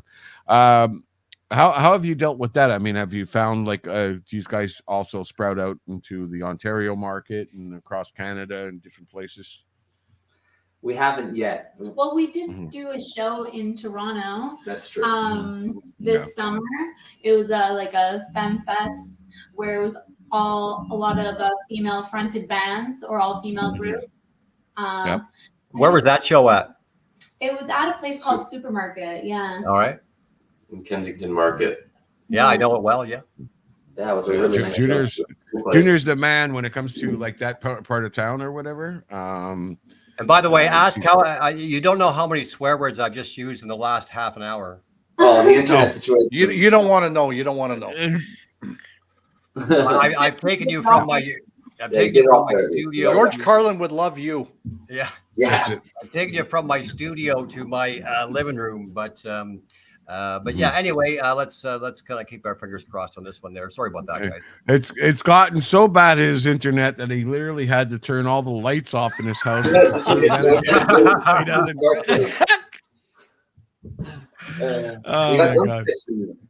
No, listen.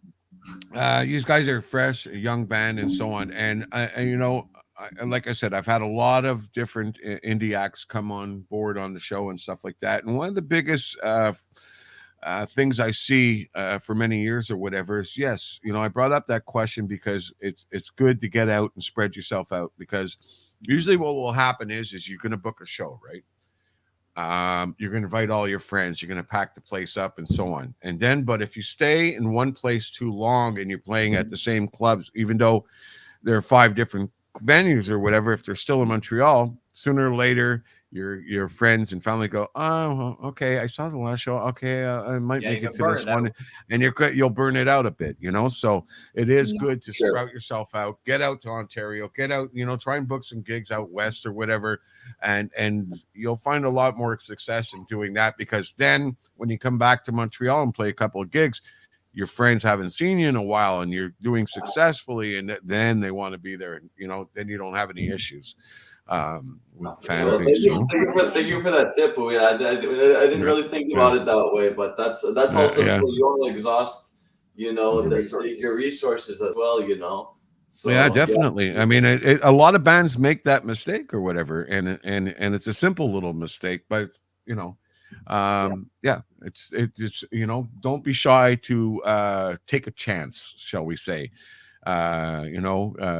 Meet people online, make connections, and so on, and say, hey, I'm talking to some guy from Winnipeg. Hey, you got any venues out there or whatever? Hey, you think you can hook me up? And and that's it. Next thing you know, you're playing in Winnipeg, freezing your balls off, trying to get the truck started, and then you won't be so happy with Bling.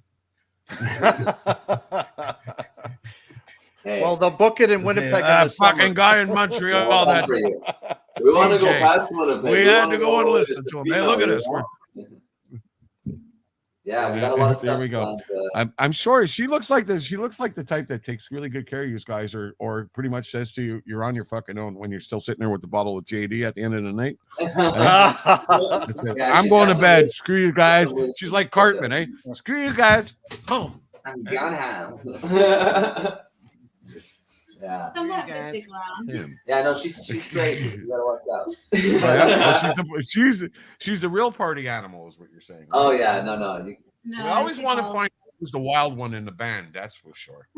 Well, honestly, we all know if we were all asked to get wild, we all like that. We all like that. We all love that. I'm not gonna say like. We like to make connections. We like to go have fun. We like to talk to new people and drink with them and have a good time and see what happens. It's just like the music. It's spontaneous. Yeah. Build a nice community. Yeah, for sure. That's our goal. So what have you guys been doing during the COVID? I know that you guys are not related, obviously, so you had social distance for a bit. We just hit that subject while you were gone. We had to do this crazy thing where we had to park at the grocery store, and three cars parking up at the grocery store. We all get in one car, and then we park in the garage or like in the furthest spot from the back, and then we just look around and make sure no one's looking, and then go inside with our guitars and stuff. Yeah, we're criminals. Okay. We were criminals. We broke the law for rock and roll. That is such a shame. In your own city, you guys were treated like criminals. What are plans? Any plans? If I didn't already miss that part, sorry about that, guys. What's going on for you guys this summer? Do you have plans already in regards to shows coming up? Lots of gigging. We have actually a show coming up this weekend. On Saturday night. On Saturday night at it's Saturday, not Friday. It's Saturday night. Yes, on Saturday at the Blue Dog Motel. I like the name of it though. Yeah, it's like a bar, community bar. So, venues don't matter as long as you get a chance to play, Oh yeah, and it's gonna be actually featuring two other great groups that are local Montreal groups. So we're gonna be bringing a lot of people there. So if anyone's interested, check it out. Check out our Instagram for some details. Yeah. We're getting booked up. So we have another show planned in April. We have one in June, and we're trying to fill up all the dates in between. Yeah, absolutely. Yeah. We're looking to be pretty busy. Yeah. So you are getting there. New venues and stuff, Yeah. And Junior, if you want us to head to Toronto or Ontario, we can come. We're down. We'll invite you. Mm-hmm. Yeah, you'll invite me. All you gotta listen. All you gotta. I don't want you to steal the show though with the hair. No, just don't show us up. Don't be too. No. Actually, it's funny. In one of the at one of the clubs, anyway, I'm associated with. It's funny that there was a period of time that we would throw you the fuck off the stage, and you weren't getting paid unless you did a good job. Oh wow! Well, we did a good job. We have Pat Travers that has graced our stage. Oh wow! Guitar player you may be familiar with, of course, Ron Thal Bumblefoot. He's 10 years. Oh, he's great. I love both of them. So yeah, but that's the kind of caliper, buck cherry and so on and so forth. So some pretty high calipers. So they're always looking for, and I joke about throwing the shit off the stage, but you do have to get it the hell off the stage and get out of the way. So, but yeah, it'll be a pleasure to kind of get to know more about the band. Prior to the name of my show now that I do on Indie Rock Radio, which is called Get Rock with Junior, it was called Made in Canada. Because primarily I'm a over 38-year-old guy in the industry, so I've been across Canada, and I'm that flag waver in regards to Canadian talent. And I've said this as an example, all right? And Nickelback does not suck. I never thought that. Here's why I say that. The Nickelback. Yeah, here's why I say that, to give you an example of being the Canadian flag waver, or even Justin Bieber. I am that Canadian flag waver. Now, Nickelback example. Just about 5 years ago, there was a survey that was done in North America. Number one band, guess who it was? Rush.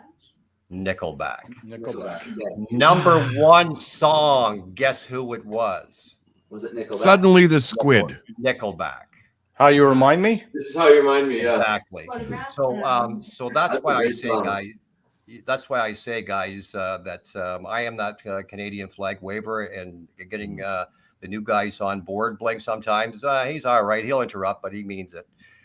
So yeah, if you come our way and whatnot, as we're all getting together and all this, I have associates right across Canada, and that's what it's all about getting the younger and kind of lifting you guys and getting you guys some exposure and whatnot. So yeah, well, definitely. I make no promises though until I hear what I like. Absolutely. You have to have your integrity as well, right? As much as you enjoy local acts, they have to be acts that excite you. And I think honestly, we got some good material for you. Yeah, we got a whole bunch of originals. Yeah, you just got to check. You got to check the list in the media. They're in there, Junior. That's great. Yes. Yeah, we've been playing. Well, that's what I've discovered, by the way, guys, and that's why forgive me for not knowing, so to speak. But I've discovered, and I'm sure Sean and everybody will agree. It's such there is a bit of a difference in the province of Ontario that there is in Quebec in regards to, and there has been for years. So when we do introduce ourselves into another genre of music, here's an example. All right. I have a famous cousin in Quebec. His name is Felix Leclerc. All right. Very, very well known. But yet if you say his name in Ontario, they go, who the hell is that? Yeah. To a degree. This new world has changed, and that's why bringing all of this us guys that have been doing it a while. It's great for this platform that we can now introduce more and more people to the great talent that we have in Canada. Is my point. Well, thank you so much for your continued support, man. You guys clearly have a lot of passion for local art, and it's important to push people you can actually meet in the flesh, and you're proud of it when it comes from your area, from your community. You're proud. Absolutely, yes. Yeah. Okay, Yeah, so but I have again, a question. I have a question for you, criminals. So listen, yeah. I know this is throwing you on the spot over here, but you do have a show coming up, and I'm as you can see, I'm posting all kinds of love that you guys got going on online here. Tell me, you guys showed up with a couple of acoustic guitars and can give us a little sample of what we can look forward to. Hey, we can. I mean, there are two guitars right there. We actually have some guitars here. Oh yeah. If our resident Bling wouldn't mind providing us something. And Bling just lap drumming. loves bringing magical shit out every single time. Volunteer love's good. Yeah. Or we can even do a we can do volunteer love. Yeah, for sure. All right. And while they're grabbing now- that, I see the drummer is just sitting, so I'll share something with the drummer, and he'll appreciate this. Yeah, sure. What I'm holding here is what they call the Holy Grail. Okay. I say that because my girlfriend cleaned the home of the late Neil Peart's parents' house, and she passed on to her a drumstick that was used on the last tour of Rush before Neil Peart died. And I'm holding that drumstick right now. That's incredible. Wow. That's a relic. That's a real. That's like a power item, man. Well, it's the Holy Grail. So much with the story is you can't quite see it. I apologize again, guys. Anyway, but the lighting is you can see. Can you see the dog bites on it? Wow. Yep. Yeah, I can see it. All Yes. right.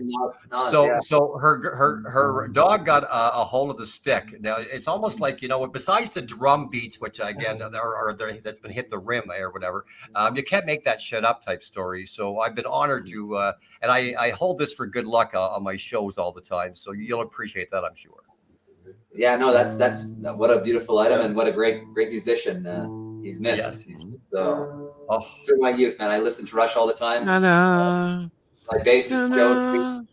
Well, who inspired you to play, since we're waiting on your players to get tuned up or whatever? Who inspired you to play the drum cams?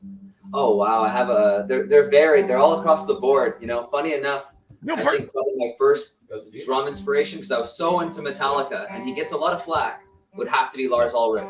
I mean, for as much as people would call him, like, now he's not so disciplined, he's gotten lazy, he's not the greatest technical drummer, his flair inspired me, made me want to play the drums.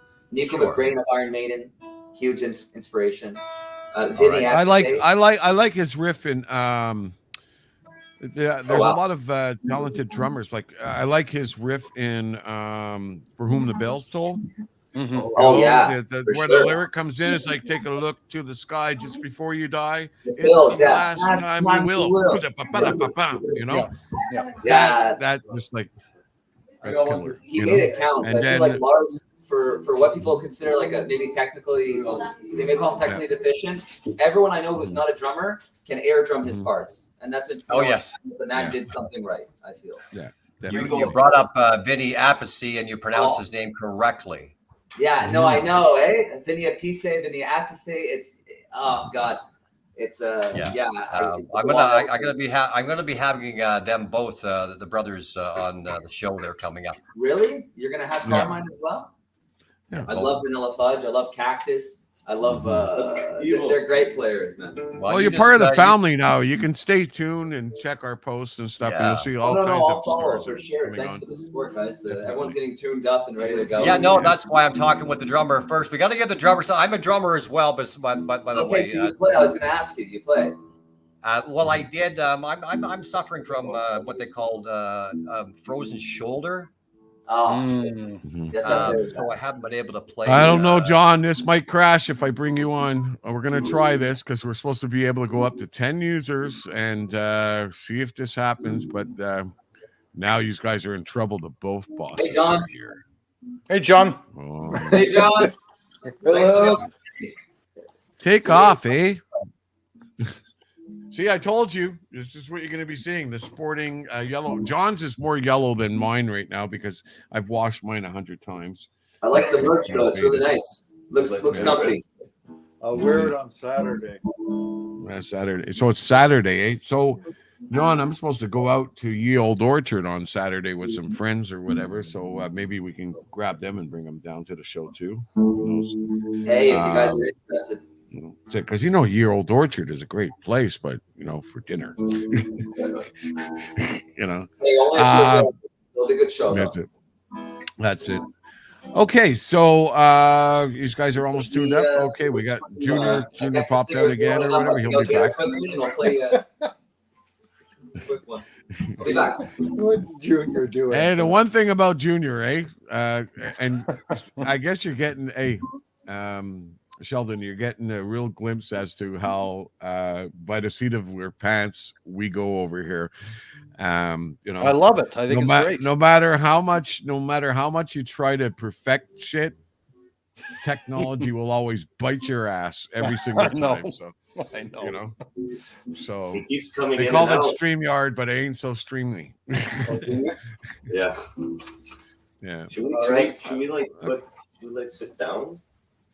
So look, you got yourself a little bit of an audience here. You got John's attention, you got my attention, you got Sheldon and Junior ever so gently will glide his way back in. I know he will. Is he asking me to send him a link again? Junior, it's the same link. It doesn't change. Poor Junior. That's it. By the way, did you know that, Sheldon? The link that I sent you earlier was exactly the same link. If you look at it. Yeah, just unfortunately the message board. The message board didn't show it. That's it. Falling into love. Where's Sloppy Bro? Okay, John, which one is it that I click on? Well, there's got to be one here that will automatically just focus on the band. Okay, there we go. You guys hear us pretty well? Layout press. Are you guys ready? Is our audience ready out there to watch Old Soul do their thing?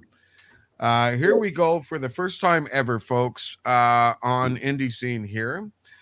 Their first visit to us, and hopefully many, many more visits coming up from Old Soul. And you got to keep us informed as to what's going on. Well, I can get it right. You're always part of the family. From the drummer's mother, so. Yeah. Well, and by the way, is the drummer's mother named Carol Wilson? No, it's Susan.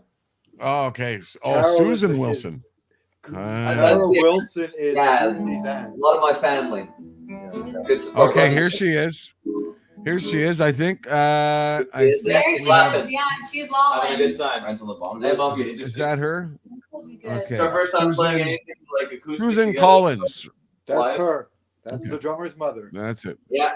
Okay, so we better behave ourselves. The mother's in the house. Carol Wilson is the drummer's mother's aunt. Yeah. Oh, Yes. okay. We have a whole network. They all. You gotta network, right? You gotta get family. The Collins. They stick.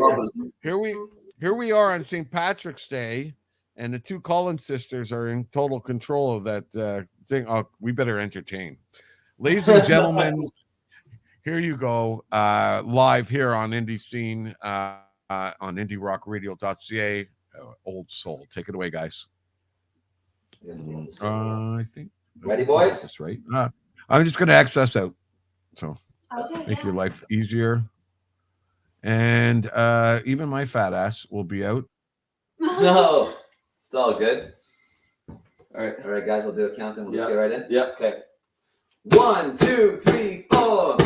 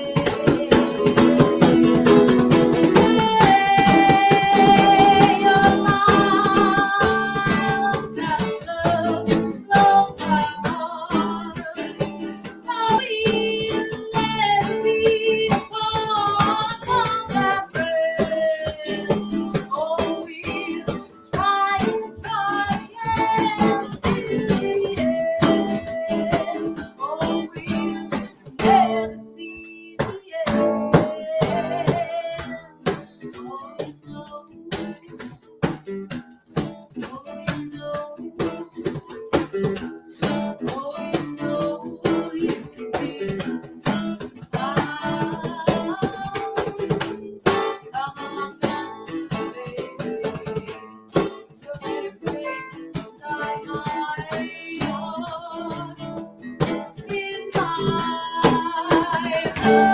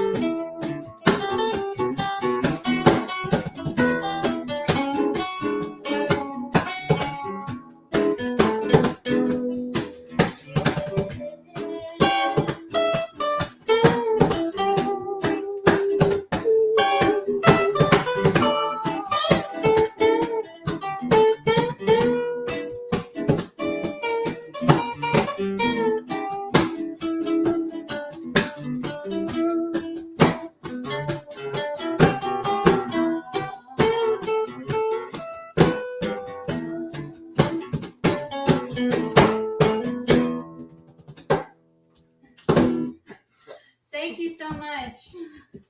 Thanks, guys. So much. Thank you. Yes, Another one if you want. You know that, eh? Sorry? Oh. What did he say? Does that mean that... Are we doing another one? What's up? How did it sound? I don't It did know. sound I don't. My guitar's not perfectly in tune, but... Hey. Play another one. Hey, Junior, you're back. Oh my gosh! Yeah, thank you. Play another one, then I can hear it proper this time. That's it. Okay, no. so we'll jump out. Ladies and gentlemen, once again, we have got Old Soul in the studio. You're tuned to IndieRockRadio.ca, and this is Indie Scene with Bling and Junior. Here we go. Old Soul live once again here in the studio. You guys want to try Hot Trap? Let's go for it. Oh, I don't. Let's do it. That one gonna work? Yeah, let's do it. Okay, let's do it. This song's called Hot Trap. Yeah.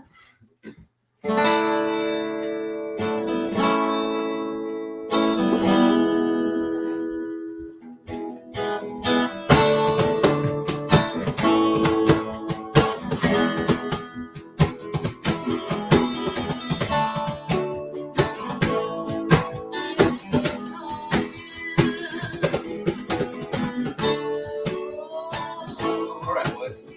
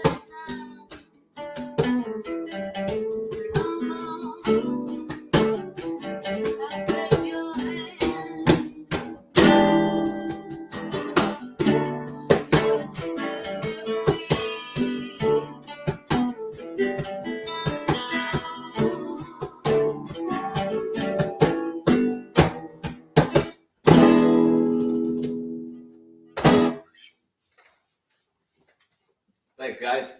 Thanks Ah, again. there we go. A little bit of loving from Old Soul here live on Indie Scene. We are gonna see if we can do this without dropping out people. Junior, you're there?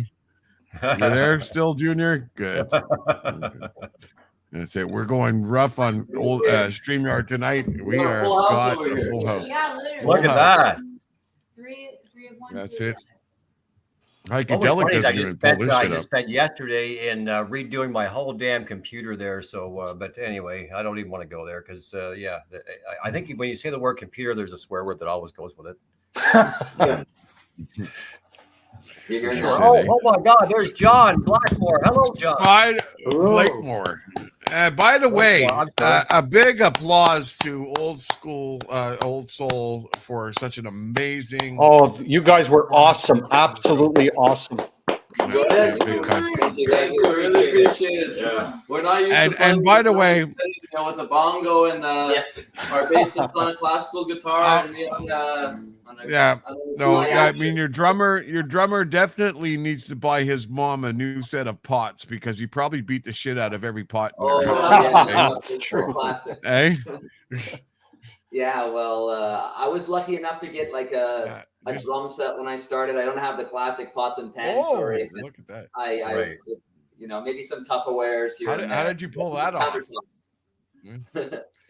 Yeah, Sorry? your parents are probably going, listen, you know, we were looking, probably he was going to ask us for Nikes or something to be cool like the other kids, but a drum set, that is like the ultimate, like, oh my God, there's going to be all kinds of noise coming from the basement. And then when they found out you can play, they were probably like, ooh, let's invest in this shit, right? So Oh, yeah, I'm very grateful, man. definitely. Yeah, no, for sure. It was noisy couple of years, sounding not so great, but here we are. Yeah, definitely. Yeah.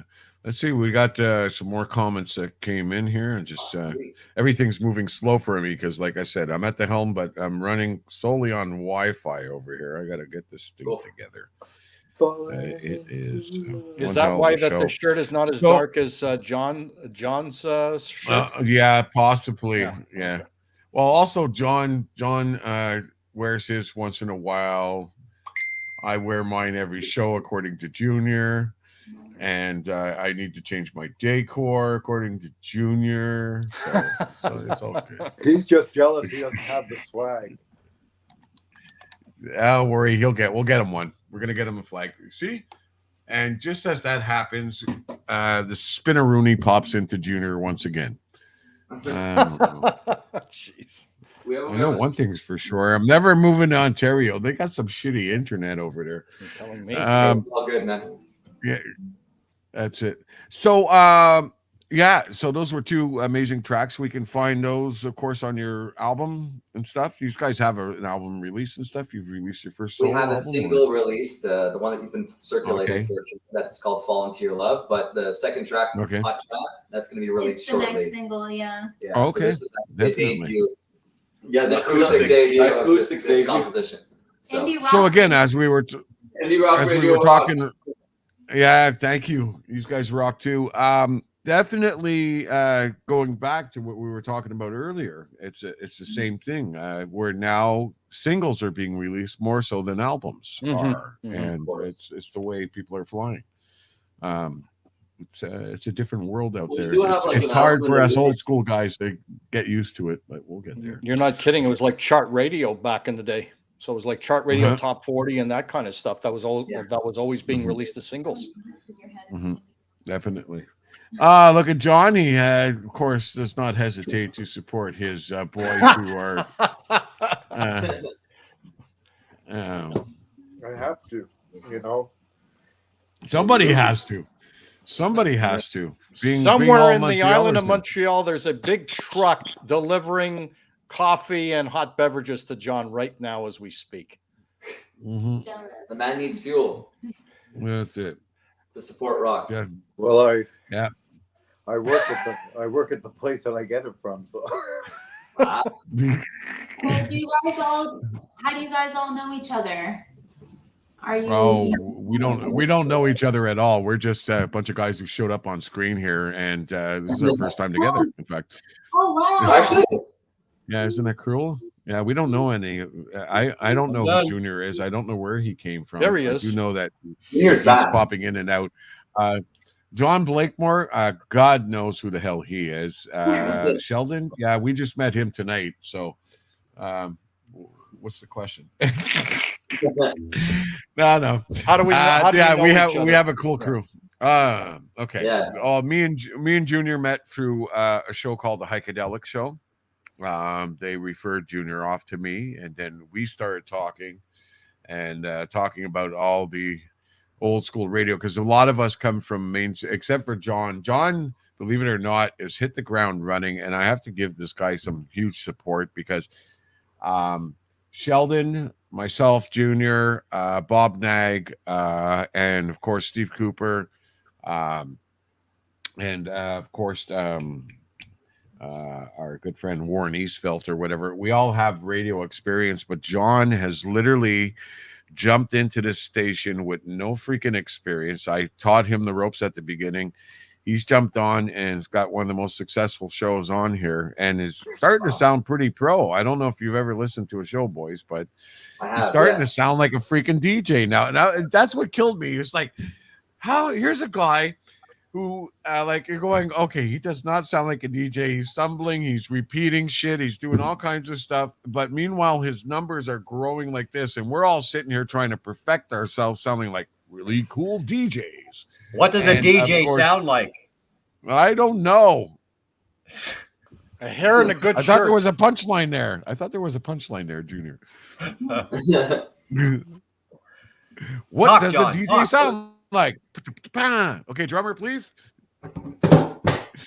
Let's get John's input on all this. I have no Yeah, sympathy. that's it. What does yes, John, because you are the one. So tell us, what does a DJ sound like? To me, they sound like a guy who knows what they're doing, not like with me when I came into this. But you know, Phil doesn't. When Phil tells the whole story, it sounds even better. Phil approached me to do a show on indie rock radio, and my impression to him was, "I'll do you a show, but you have to play. You have to let me play what I want to play."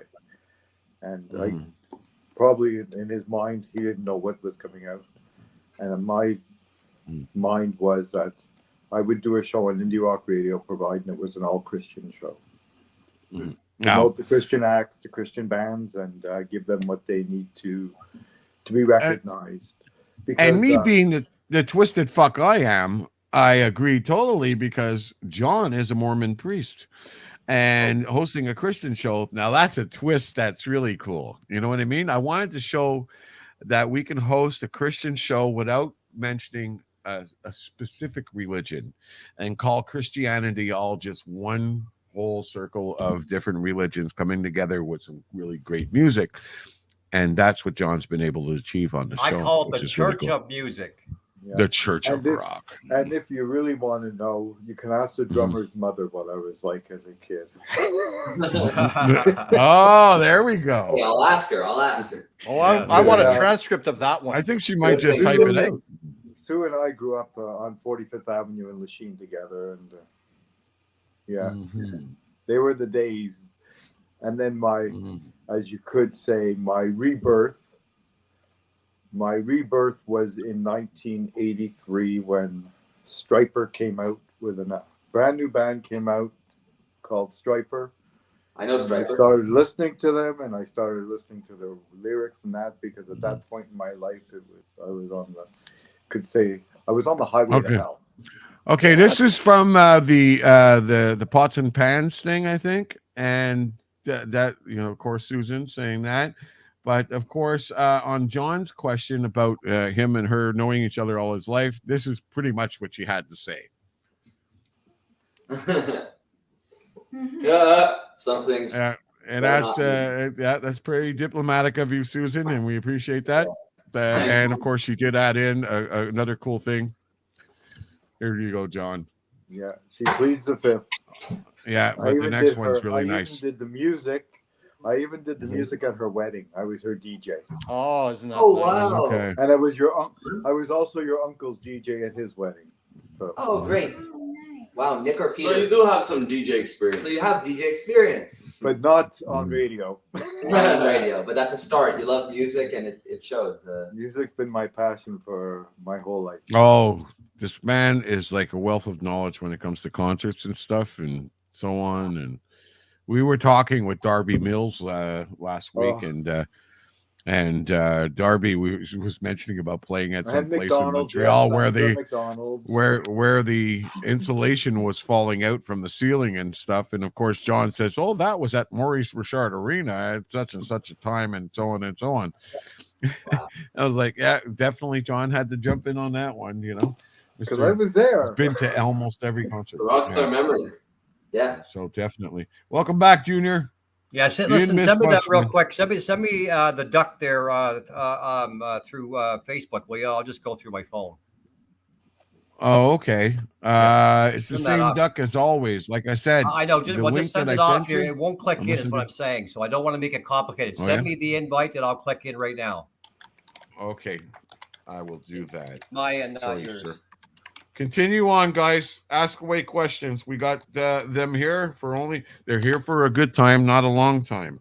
Oh, so have a good time. The sun can't shine every day. On satellite radio. Yeah, we're listening to Trooper actually. That song. I put it on. Yeah, so it's funny. Crazy. There, Junior. Is that good? Yeah. It's not clicking in though here. I'm having real serious computer problems here with this. I don't know why. Yeah. Anyway, I'll stay on as good as I can. If I don't, I apologize, guys. This didn't happen during our big interviews last week, so shit happens. But so real quick, before I cut off, it's great to have and see John as well, and have our new guy on board. This is going to be fun. And to meet you guys. And yes, I'll look into some information when you come Ontario way, or if you're going to touch base with me. And we'll see if we can't find a spot for you. We'd love that. We would love that. Yeah, well, that's what it's all about in regards to networking. And that's what what we all are here for, and that type of thing. So but I don't know. This is anyway. Computers are a pain in the ass. I'm just trying to get out as much as I can in my mind here, guys. So John, we have to bring the group Animal to the rock pile. What are they called? Animal. Animals. Yeah. Animal. Okay. Animal. Okay. I'll send you the Animal. Yes, as long as I get my 10%, I'm good, guys. They're a tribute to watch. Real quickly, because again, before I get cut off, I don't mean to cut you off. It's just because this thing, I don't know if it's going to cut off on me. So in listening to the music, I could tell that both we're going to go with the guitar player that's wearing this Sabbath shirt, is it, or in the beard? Well, there's only one guy with a beard. Well, there's only one guitar player with a beard. Real beard. I could tell, obviously, there's some schooling going on with regards to your playing. Would that be true? Schooling? You mean like academic? No, schooling in guitar. No. Yeah, like your Black Sabbath shirt. You do understand that Tony Ioming has stubs for fingers, right? Oh yeah, we know all the lore. We've been deep in. So my point is, you're the Beatles, man. We'll talk to you for a couple hours. That's the schooling. That's the schooling. The rock schooling. Oh, so you're self-taught. Listen and imitate. That's the only school you need to make music. Yeah, we all play by ear. I agree to disagree. Yeah, Sheldon away. Yeah, and then I'm fully awake. Sheldon's digging this. I haven't allowed him to make his pot of craft dinner yet, but welcome aboard, Sheldon.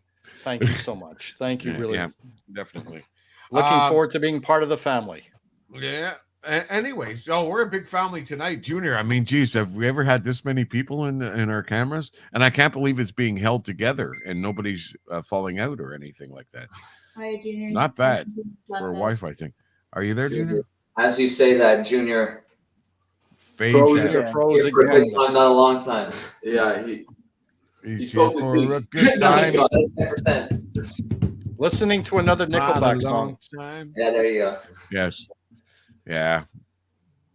If only he knew how much we hate Nickelback here in Montreal. My kids used to be big fans of go, Nickelback. Big fans. If I ever go back to see Nickelback again, I think I'll shoot myself. Oh, you've seen them live? Yeah, three, I've 4 seen them times. live. Yeah. I My can tell oldest you, son was a huge Nickelback fan. Huge. where I lost my interest in them is I lived in Calgary for a while, and they got a station out there, and that's all they play. CJ, CJFM. Yeah.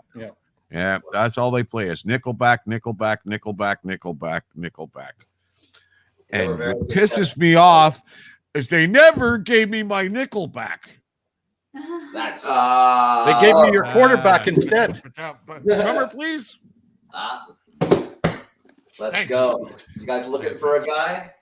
Although He's got the hired gun. although you missed my show last Saturday where I made the wonderful joke of the cool thing about paying everything with plastic like credit cards and debit cards and all that stuff is no quarter. Let's help you. Oh, that was beautiful. You know, I thought that was a cool plan. So Sandra Wilson says, John, you were a good McMuffin maker. LOL. You made somebody. You were playing with somebody's McMuffins. Yeah, there's a whole like lore. John, what are you saying? This is a family show, John. I don't know. This is getting a little too racy. Playing with people's muffins and stuff. Yes. Well, I don't think so. It's a relative. It's the competition, is what it is. He worked that kitchen like Nad, not like mad, but like Nad. Like Nad. Nad was good. That's even madder. That's nice. And then, of course, he corrected himself finally after he put mad. Very good, John. That's it. But we're going to be okay. Yeah, I worked with so, guys, are you having yourself a good time on Indie Scene? This is like no other interview you've ever done. Huh? Honestly, this is a great time. Everybody's jamming out. You guys are all like... that's it. That's all about, man. We want to let people know who you guys are and how fun you are. And we're looking forward to, hopefully, I can get my gang to pull a big U-turn and make it down to your club and come see you guys live. They like live music and stuff, too. It's been a while since they've been out. So I'll see if I can get them detoured after we eat dinner at Ye Old Orchard there. And these guys go on stage when on Saturday? What time do you go on stage on Saturday? And is there any other bands playing there that night, or it's just these guys solely? There's 2 other groups playing with us. Okay. We'll be the last group on. Doors open at 8. Doors open at 8, but we'll probably be likely playing later into the night since we're headlining. Oh, you're the headliner, are you? Yes. Yeah. So we get nice. Very nice. 10:30. It'll be quite late, 11, but yeah. if you guys are up for a later night, it's been a while since people's been out. So come see 3 great bands. Yeah. Oh, I think a lot of people are ready to get there, and it's St. Patrick's Day weekend and Easter. Oh, let's go! Come on, we want the more Passover for some others. Listeners of Indie Rock Radio, come on, catch us at the Blue Dog Hotel this Saturday. Come on down. Oh, there's Junior. Junior's back. So before I kick off again, I'll fix this problem. Let me talk, Bling. Let me talk, please, because this is going to go out. Shh. Guys, pleasure to meet you. Definitely, at least on this. I apologize. Anyway, I can't apologize enough times. This is kind of bullshit. But anyway, outside of all that, we look forward to listening to your music and getting to know you a little bit more. And hopefully we can talk more down the road for sure. And I say that, and I don't mean to interrupt, guys, but just in case this kind of kicks out. So, yeah, it's been fun. And I'll get this stupid computer fixed. Maybe if my boss gives me a fucking raise, I can get a new computer or something. Let's hope. Whoa! Nice guy. Nice meeting you, Junior. Yeah, nice meeting you. Yes, Hopefully we'll speak Nice again. meeting you guys. Yep. Take care. Yeah, which boss? Which Well, boss? You gotta however, vote for who's it, in charge of T-shirts first? Oh, okay, John. Who's in charge of T-shirts? Me. Okay. All right. So, but yeah, real pleasure that way, and regardless of anything else going on. But yeah, like the guys were saying there, I'm on board because of the fact of trying to promote as much as we can in regards to Canadian talent. I say it time and time again. and whatnot. This is why I got on board, which is why all of us are on board. Yes, we can go into the rock stars we've all met and so on and so forth, but it's really nice to hear that people are still influenced by that, very much so, more than you realize. Look up the bands that I speak of, and it's just great to see. So the ages from drummer and going, let's ask the lady first. Ages go from what to what with you guys? Quickly. I'm 25, turning 26 in June. All right. I'm 25. All right. 22. All right. 25. So again, I know it's guys. It's because of I feel rushed before this thing is kicked out. So if it sounds too quick, that's the whole point. You got to figure that most of us in this circle right here are probably twice your age, so that when we do hear it, it does mean a lot to us, and this is why we have no problem in getting out and supporting and getting behind it as much as we can. So tell all your fans and all your people about indie rock radio and what we're doing. I will. Will We do. will. Yeah, We will. absolutely. Thank you guys for having us. You have been excellent hosts. Yes. Thank you Yeah. for giving us some time, Entertaining our music and listening to us and giving us a platform, guys. Okay, Oh, so definitely. real quick from drummer across, your influence. Name one artist, please. It's hard. Ronnie James Dio. Uh-huh. Oh, good Singer. choice. Mm, Good Um, choice. very nice. My influence is The Doors or Jim Morrison. Yeah. Oh, you're kidding! Wow. Nice. Wow. It wasn't a female singer. Pardon? Indians It scattered was a on female God's singer. highway bleeding. Yes. Um, I'll try that again before I was interrupted. It wasn't a female singer. Pardon? It wasn't a female singer that influenced you. Well, to sing, honestly, I look mostly towards like male singers. Like in terms of rock, Ronnie James Dio is one of my influences. Ian Gillan. Ian Gillan, yeah. These are Deep rock Purple. Yeah. that I really love. Okay. Yeah, but I find The Doors or Jim, it's more like in terms of like his charisma or his character, The soul. Yeah, the soul he puts into Soul. it. Yeah. Yeah, but like we were saying with Darby Mills, it's all about range and singing. So you definitely have to work on the craft of your vocal to be able to put that out there. So that's why I would ask hers was Ann Wilson of Heart, of course, as one example. Yeah. Nancy's better. Yeah, Great singer. she is super impressive. She's super impressive. Yeah, unfortunately my register isn't. I actually have a lower. I'm a mezzo soprano alto. So it's like unfortunately males. Even Robert Plant and Janis Joplin are also influences. But yeah, my range isn't as high as Anne's, unfortunately. It's about the character. She's a band. It's about the character in the voice, not the range necessarily. The words. Yeah. But a great singer as well. Yeah. All great singers. I'm inspired by most of them. Yeah. Listen, I think for the amount of time these guys have been together, your age, the level of musicianship is just phenomenal. We love the performance here tonight. Definitely.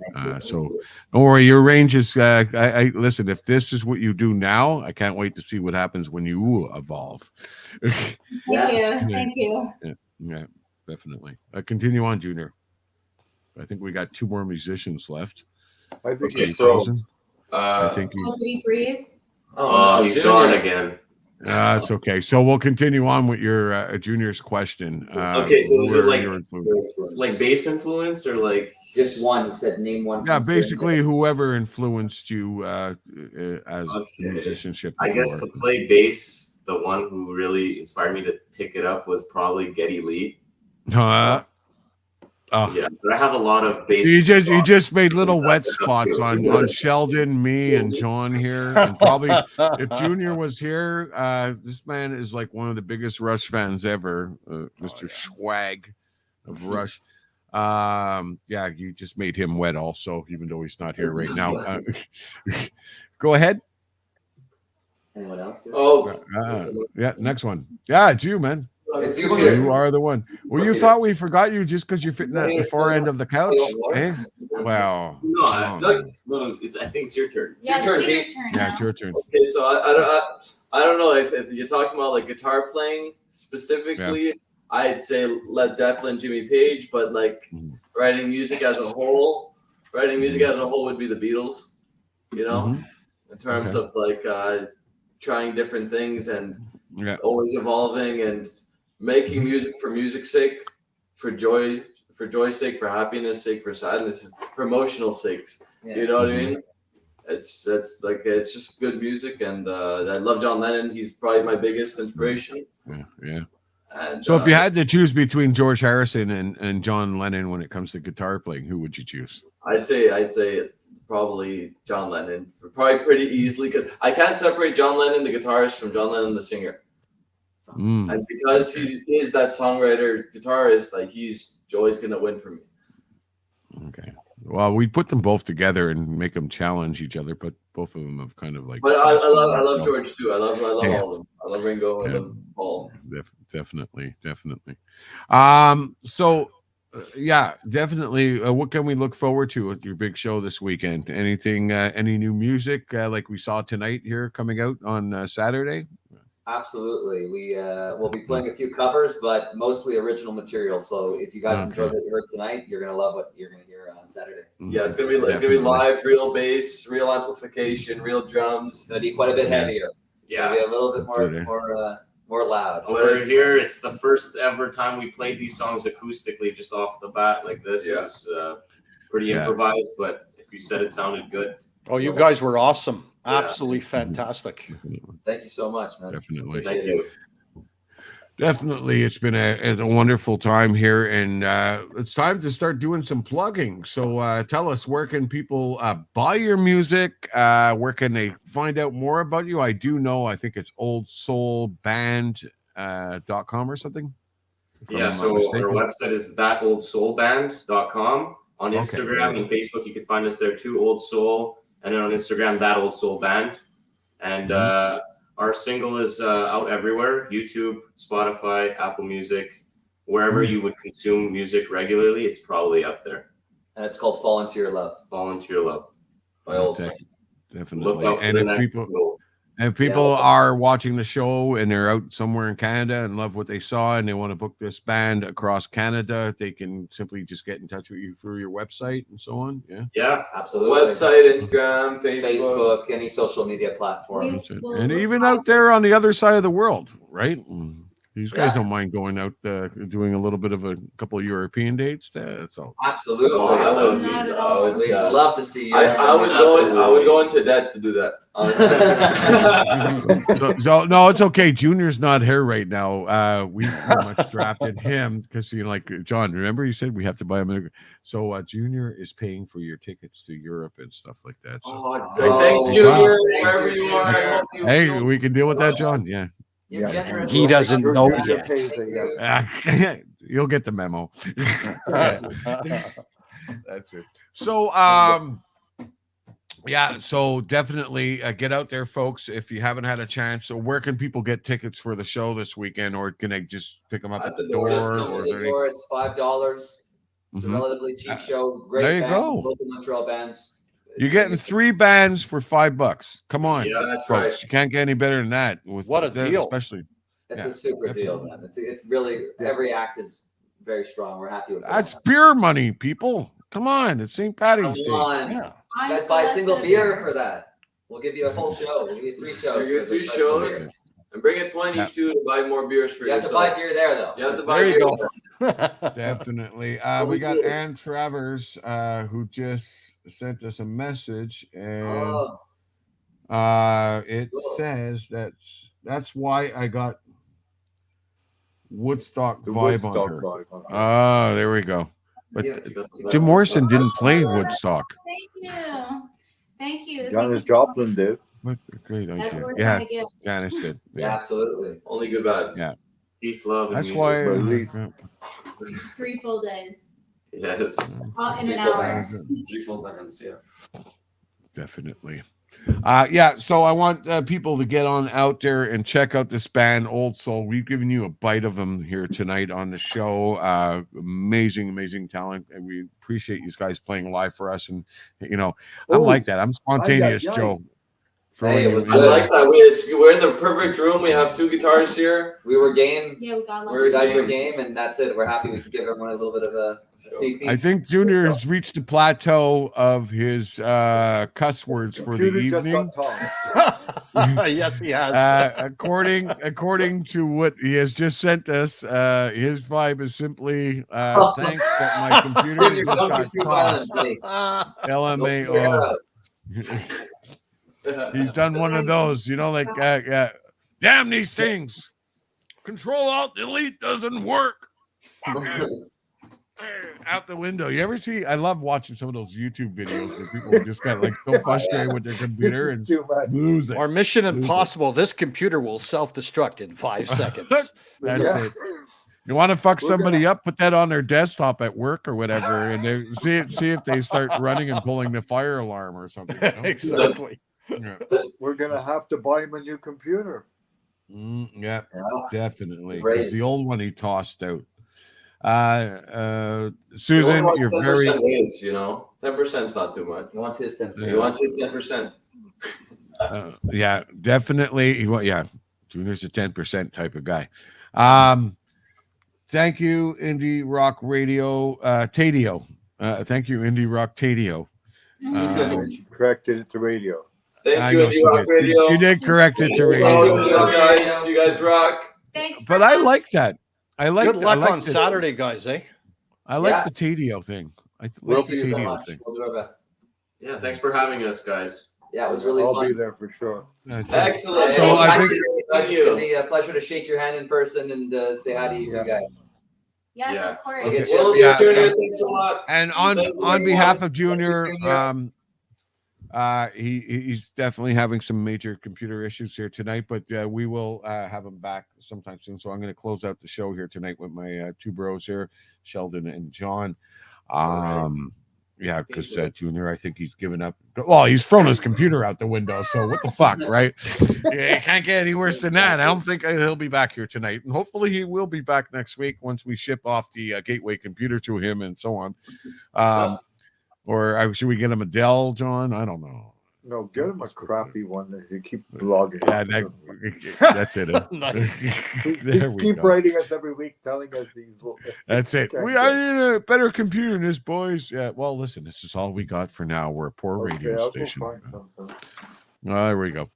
So listen, Old Soul. Once again, thank you very much for coming aboard the show here tonight, and hope to have you guys back sometime soon. And definitely, we got to have a shot together on Saturday night once I show up at the club.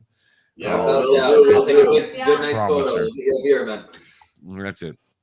Of course, I mean a shot of Coke Zero because, like, I'm not a drinker. Okay. Thanks so much. Oh, there's a computer. What is that, John? Is that Junior's new computer? That's his new computer. It's what is that? Tim Hortons computer. What is that? A Pentium 2? Thank you so much. See you on Saturday, Blue Dog Motel. Hey Okay, guys, so it's not the Commodore I know 64. you're a young band, and I'm sure you've heard about these Pentium 2s from years gone past. But that is exactly what John has in his hands there. Wow. You have had your chance right here on the show to see it in live. A Pentium 2 computer. I didn't expect that tonight. That is a real delicacy for the eyes. Adele. Thank you. Oh, you're very welcome. And was it run on Windows 1 or 2? Was it? This is Windows 10. Oh, there we go. Okay, so it's a little bit older than a Pentium 2 or whatever. So it's not the Windows Vista. Okay. No. It's Windows. Wow, 10. that would have been worse. If we had to send a Vista, definitely would have been getting calls back. This is your computer. Mm-hmm. This is your computer. And this is your screen. Oh, that's cool. That's actually pretty compact. Nice. I have to say this, and I know there's ladies in the room, but that's very sexual, John. Very sexual. Yeah, don't caress a computer. That's it. I'm kidding. All right. Love you guys, your family. Bye, Come guys. back. Take care, guys. Ladies and gentlemen, let's give it up for Old Soul. See you around. Bye, See you guys. Saturday. See you Saturday. See you Thanks Saturday. for Keep rocking. I'll see you then. Keep rocking. You too, man. Rock on. Bye. Bye.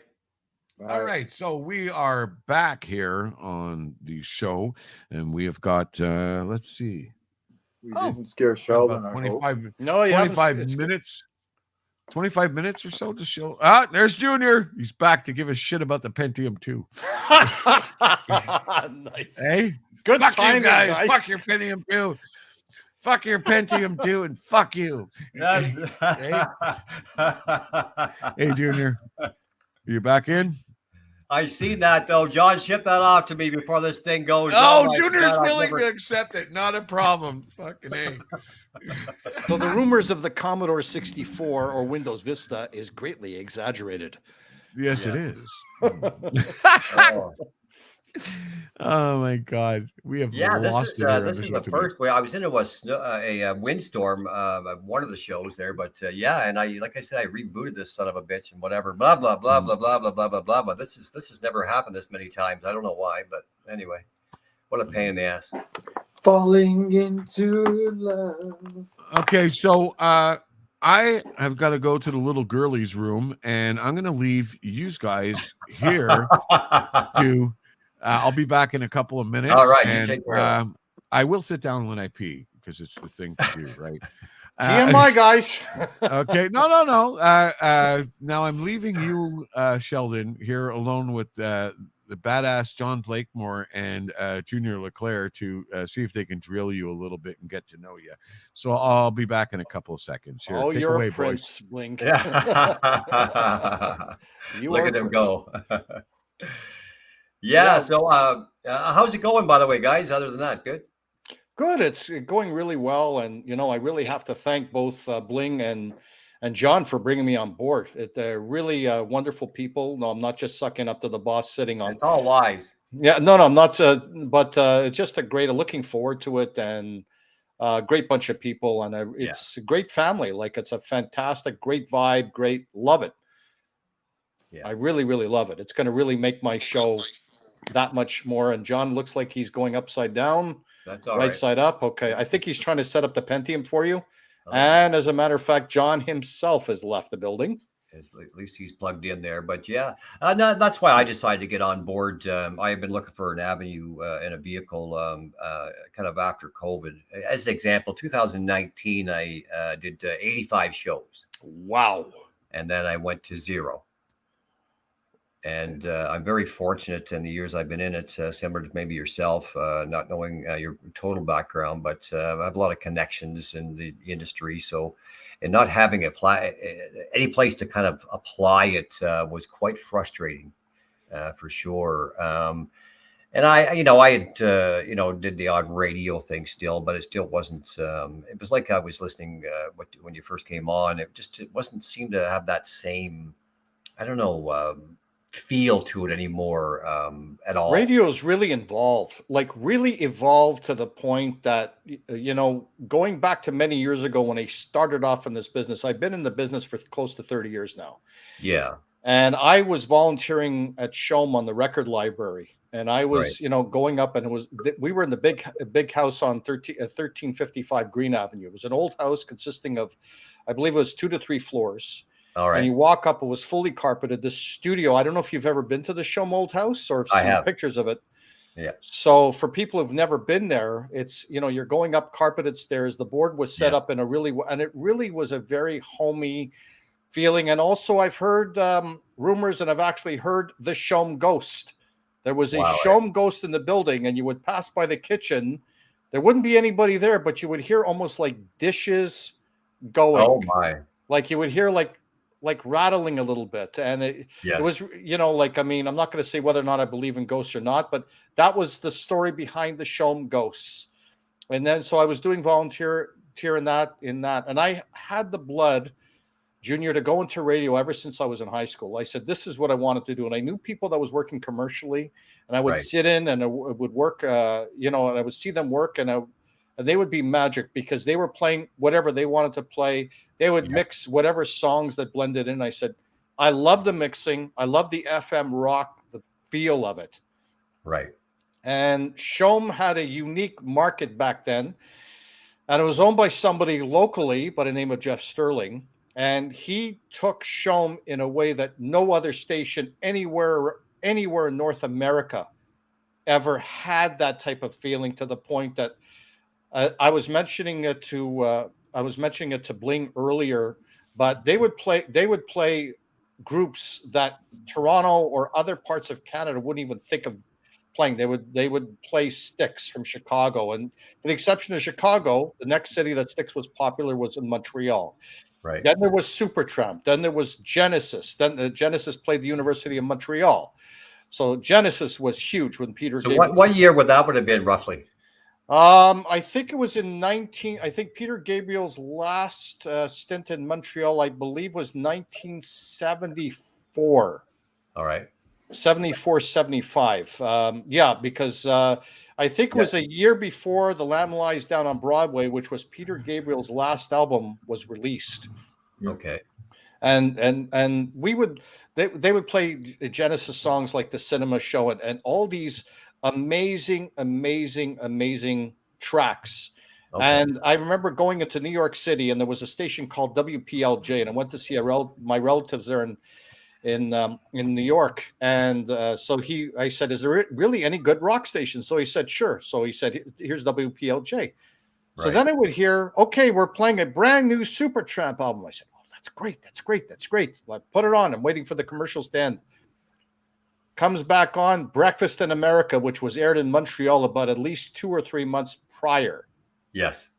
And this was New York City. So what did that tell me? And that was when Supertramp went really commercial, like really broke it through America with that album, where Crime of the Century didn't get the airplay when that album was released, which I believe also was around 1974, give or take. Right. Yeah. And it didn't get that airplay. And that was probably my favorite album, was Crime of the Century. Every track was amazing. Yeah, absolutely. Yeah, we had in Ontario 1050 Chum. Yeah. And then, of course, the launching of the big deal was 1977 Q107. But I believe you're right, and I always say this, regardless of who I'm talking about blowing smoke up somebody's ass. But I am very well aware of that. Quebec had a bit of a start on it, and it's been that way for a while. Yeah. Well, Montreal had its own uniqueness. You got to figure this. Okay, one example is something that Bling and I talked about, that even here and whatever. But in some cases, a lot of people really thought that Frank Marino and Mahogany Rush were American, when indeed, where are they from? They're from Montreal. Yep. There's an example, so that's really kind of cool. But yeah, in the travels, and like you say, and how many years that you kind of been into it, I kind of got to the point where if the passion was leaving me, then what was I in it for? Mm-hmm. Mm-hmm. Speaking of Frank Marino, he was playing the Spectrum when Shome changed its format back when it came back on Fort Street. Right. And Frank Marino was performing that night at the Spectrum in front of a full house. We were giving tickets away to most of our listeners that were coming, and it was like a whole big party. And Frank Marino just absolutely blew me away. Some of his guitar riffs, it's amazing.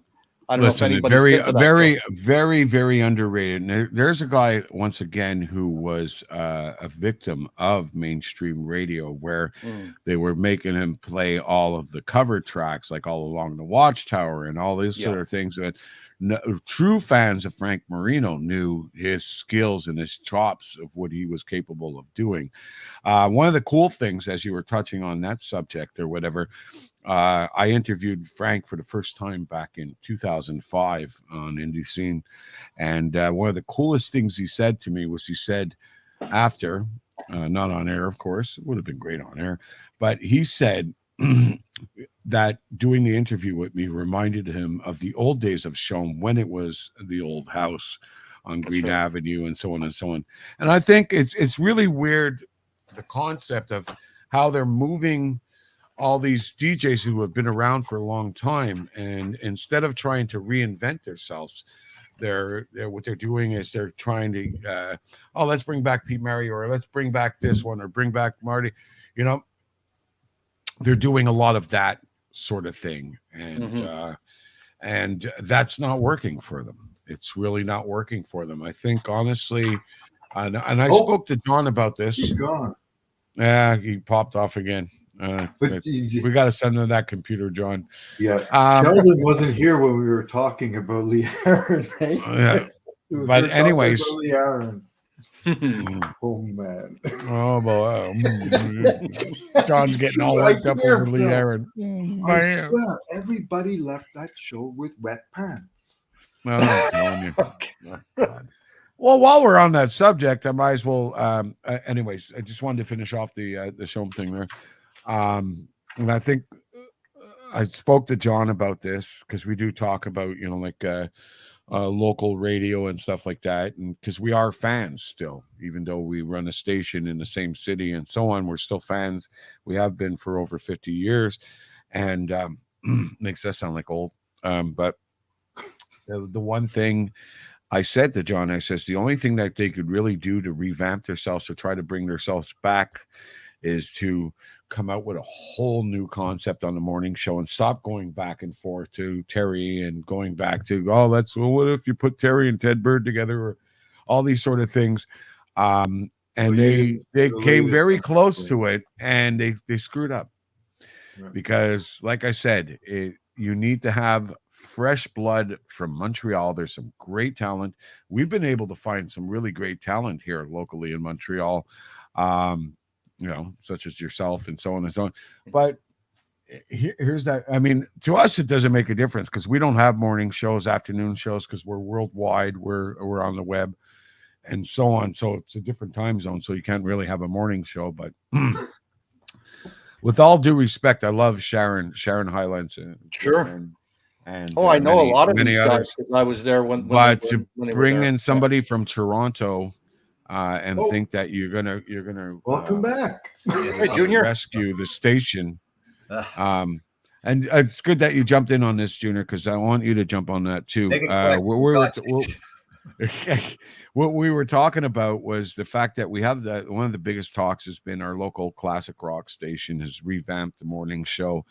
And as I was telling John, I think a great thing would be to revamp and come up with a whole new concept. But I think where they might have screwed up was hiring somebody from Toronto, thinking that was going to work. We spoke earlier about Derringer. Yes. And John, is a well-respected DJ and stuff, but he came here to host a morning show at Shome a few years back and didn't even last like 6 months. I think. It's funny about that. Hi, Johnny Ringo, by the way, because he's been checking in on us. If you didn't say hi. Yeah, hi, John. Hey, Johnny. It's funny about that. Same as I can recall his name was Michael. When MTV was popular, when he left, he went to Montreal. Mike Williams? I believe so. Yes. There's the black DJ, right? Yeah. He used to be at DKGM. He was amazing. He's a super nice guy. Really great voice. Down to earth guy, no ego at that time. And I mean, I don't know what he's doing right now. I think though, that's what the industry is, guys. And I please forgive me. I hate to keep sort of somewhat interrupting, but I just never know when this is going to kick out. But anyway, that's what I've summed it up like this, guys, and I've said it when I've been actually interviewed. We have lived WKRP up the fucking down and down the dial. I mean, literally. I mean, it's you've lost. I don't know what you can't speak for you guys. Relationships. You've traveled to the province and to another town, city, whatever the case may be, in this passion of radio, and that's why this platform I think is so fabulous because now we can. What a concept! When you look at Milkman as an example, they give you the ad of what they want, and it's all you. As a quick example, and yet when you get there, it's changed. I don't know what the fuck all you means. But yet, this is the platform is where you can really be you. I hated this as an example, Sheldon. You have your bits on there, your hot clock, I call it, where you could talk 15 seconds, 20 seconds, whatever. Right. You know what? Look at how quick I can talk, but yet I can't really sort of somewhat be myself because I always felt hurried. Oh, well, that's the thing. It's about communication, which you can't really get to speak of. This is the time. This is the weather. This is the temperature. This is this. And it's like it's so robotic. Absolutely, yes. And then you get from promotions, they say you have to plug this, you have to plug that, you have to plug this at such and such a time. You have to plug this at such and God such a forbid time. And then through all that, Sheldon, be yourself. Yeah, exactly. And then I would see the music programming, and it terrestrial radio, when they were doing music programming, was known as forced programming. You couldn't Right. change around, like even if you thought two songs were really great to mix together, but they were apart on the music list, you couldn't change it. No, that's right. You can't You were drop not a allowed song. to change the order, the sequential order, because That's right. you would get in HE double hockey sticks from management. Well, the music director type deal. Why'd you drop that song? Blah blah blah blah blah. Exactly. And very rarely could you drop, and obviously you couldn't drop a Canadian song because that Sean was playing a certain amount of Canadian content as regulated by the CRTC, so you couldn't do that either. So you see what you didn't miss, John? Yeah. I wouldn't be able to do it. I'd quit. Well, it's gone on. I have a quick story Because, I'll share as an example, Sheldon. Because of this, similar to being in a band, meaning that you're great at your craft. So in this case, I'll share. I don't give a shit. It's K-Rock, Cold Lake, Alberta. So sure. I make the audition. I get there. I do a great bit. I'm involved with my community. Sound familiar? I'm involved with our Air Force. I'm involved with, because a lot of people from the East are from there. So I'm very relatable. Okay. Now I call it, I'm a guitar player. Well, here's the story. Best not be a better guitar player than the guitar player that's already in the fucking band, meaning the morning guy. So guess who gets tossed? My God. Well, it wasn't you. Absolutely. Bye-bye. You know, the industry, I mean, it's been cruel. They don't care. And you guys, I don't know how much you guys have moved, but they don't care that you have moved your whole fucking life and what it costs to get there and whatnot and so on. It's like, too bad it didn't work out. So sad. No. Well, here's the thing, and Bling and I were talking about this earlier. I'm not sure if you were on it or not, but this was the thing about the market, the difference between the Montreal market and anywhere else in Canada.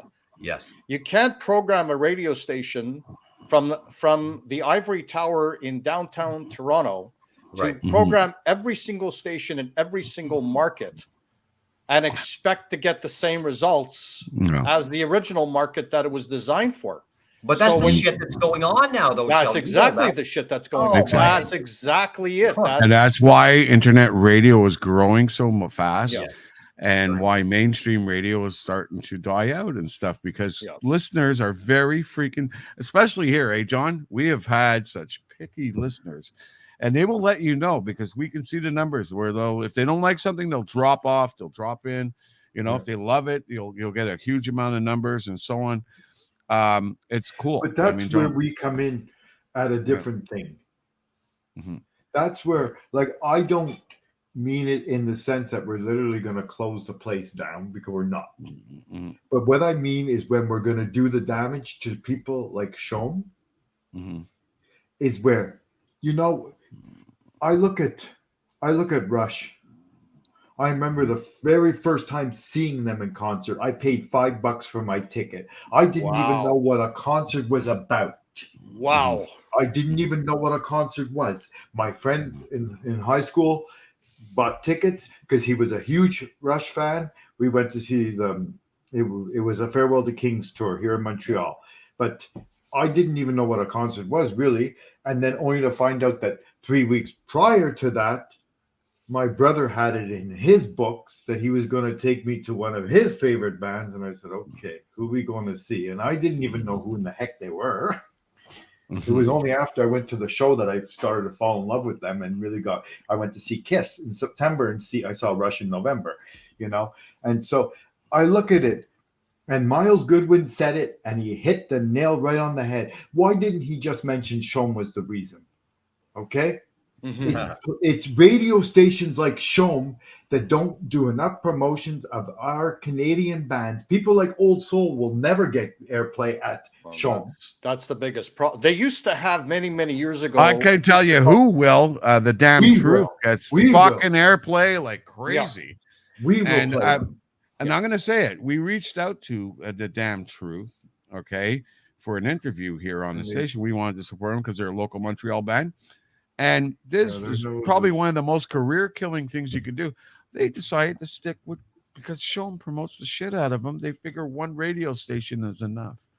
Yeah. Oh yeah. You know what? You have to spread your wings, and you have to get promoted everywhere. That's how you. That's the ticket. You know, in all different types of media, internet radio, commercial radio, everywhere. You have to spread your wings because you're going to get a different audience. You're totally going to get a different audience. Yeah, different. And getting back to what you were saying about Rush, I can say that Rush didn't get big until after they got big in the United States, and then when they came back to Canada, because they had trouble selling out when they first started touring in Canada. And then when they got big in the United States and they got big in Europe, well, guess what? Canada latched on.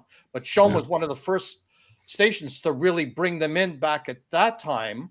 And like if Shom were to come here tomorrow, they'd sell the place down. Like the last few times they were in town, they did really well. And Montreal loves Rush. Of course. Montreal absolutely loves Rush. There's no But question. There's been that whole thing about, Neil Peart dying, replacing him as a drummer. Do we really want to do that? Because the fans are so loyal and so tight and so on. Well, we lost Junior again. And just when I'm about to get onto a pretty cool subject. Now, being Rush fans, while we're on the subject, what I've never been able to understand, and when you watch the DVD on their history and so on, is how a band like them was having such, like to play high school dances and be so fucking evolved. I mean, look, it wasn't stuff to dance to, or were they playing any covers of anything or whatever. They were playing some pretty heavy fucking shit, and you just see the students in the whole high school dance thing or whatever. Junior, you're missing this one. Are you there? There he is. Yeah, Junior. Yeah, I don't know. Am I fucking Junior? You gotta listen to this one. Now, we were on the subject of Rush, right? And I mentioned, like when you see in the DVD the history, the documentary or whatever. There is on YouTube. You can see footage of Geddy Lee and Alex Lifeson and I think John Rutsey at the time or whatever, and they were playing at fucking high school dances. Right. And talk about a band that's just so fucking out of place. Like bands want to like dance and play some different cover. And they were like so fucking involved. They were like, "Yeah, my God," and his his voice and everything. And it's like how they made it through that and got paid at the end of the night or whatever was shocking to me or whatever. Well, the thing is too, Rush never changed. They always stuck to the type of music they believed, and they are the classic. They are the progressive rock group by far anywhere else in Canada, because they would also play these long, different instrumental tracks like Cygnus X1, Book 1, Book 2, and we. Those are great concept albums, but when Villa de Strangetto. For me, 34 times in concert since the Fly By Night tour. Yeah, like they're awesome. Their stage presence, their show, they are absolutely amazing. Like they are the Genesis. I mean, I don't excuse the way I'm labeling them, but they're almost like the prog rock, Genesis or Pink Floyd, because they would come up with tunes. It wasn't just mainstream stuff. Yeah, and they, I think maybe Fly By Night might have gotten a single airplay on, let's say, an AM chart radio station, but everything else was all album rock radio stations that were coming on. Well, it was becoming that. I think that's what the advantage was, because they were discovered out of the States. Start listening, man. Here we go. And the comment of you know what? And that's fair, because you know what? These guys have said. Neil Peart himself, God bless him, he said this. His words: "You either like Rush or hate Rush. There was no in between." But you know what? And going back to what Bling said, Alex and Geddy can do anything they want. And they got to be by far the tightest band. Because you know what? Without Neil Peart, they are nothing. Okay, get it right. It is Neil Peart. Neil Peart. He wrote everything. He did everything for that band. And also, if you would ever see them, you never will see. I mean, next to the E Street Band, they are as good, if not better. And the E Street Band was probably the tightest band you'd ever see live. And Rush was like absolutely unbelievable. Like some of their tunes, they're so tight, they'll stop right all together. They are an amazing amazing. Some have called them too serious in their time too, and in that aspect too. I still, like I say, 34 times in concert. I still have, of course, prior to Neil passing, of course, but I still look for a fourth, fifth, and maybe even a sixth member, and they are said not on that stage. And they said Caress of Steel was a failure album. Look at it now, right? It's I don't know. It was dedicated to Rod Serling of the Twilight Zone. If you didn't know that. Yeah. I didn't know. Oh wow. Okay. Yeah. And then there's another example of what John was talking about. John, maybe you're not aware of it. You're talking to the right Rush guy. It's was it 10 or 11 LPs they took to tell the story of Cygnus X1. Yeah. Mm-hmm. And then, of course, who is Cygnus X1? Neil Peart, the bringer of balance, Greek myth. Mm-hmm. He's the greatest man alive. Oh, and what a drummer! Like absolutely, just an amazing the different type of drumming techniques he had, and it was just amazing. And you would see such passion when you would watch him drum. Yeah. You would just see it on his face, and he was a very serious. He looked very serious. Funny how a little nerdy guy with short hair working in his daddy's company, reading books all the time, being very recluse, could come out and become one of the greatest drummers in the world. Yeah, and you heard about it, their fly-by-night drum set. It went up for auction. Oh, really? Yeah. What was the price? What was the asking price to start with? 250 grand. Wow. Holy jeez. How much did it go for? Wow, who knows? 3.6 million. Wow. But I remember when Rush came in. England, apparently. It's going to a museum in England. Wow. Looks like we're going to have to edit this show, John, or else we're riding into your valley on Sunday. Hey? Just push the valley back. Yeah, there we go. They listen. The valley, they don't care that they're there. They're loyal fans that will. This is a hot subject here. Rush is a big thing in Canada. I know. I remember seeing their first tour, Farewell to Kings, and then they played here, and then they came back a year later just around Christmas, and I went to see them then. John, you better ship that computer to Junior. Oh, poor guy. I'm going to say goodnight, guys, because of this ridiculousness. I'm ready to friggin' put my fist through this for sure. What a favorite subject to have as well. And we'll go over a bunch more. So thanks everybody that has tuned in. A pleasure to meet you, Sheldon. Pleasure to meet you too, Junior. All the best. John, it's always nice to kind of see you because you're way better looking than fucking Bling. So it's good to see you. Well, Bling used to have the goatee, and I don't know what he did with it. Oh, is that right? Well, Junior, I have to still suck up with the boss because my show hasn't been on the air yet. Listen, I won't kiss anybody's ass. You can say whatever you want. You can say whatever you want, Junior.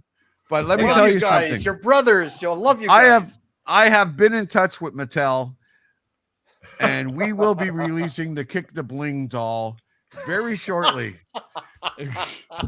So I'll be laughing to the bank, mister. There was a quick story.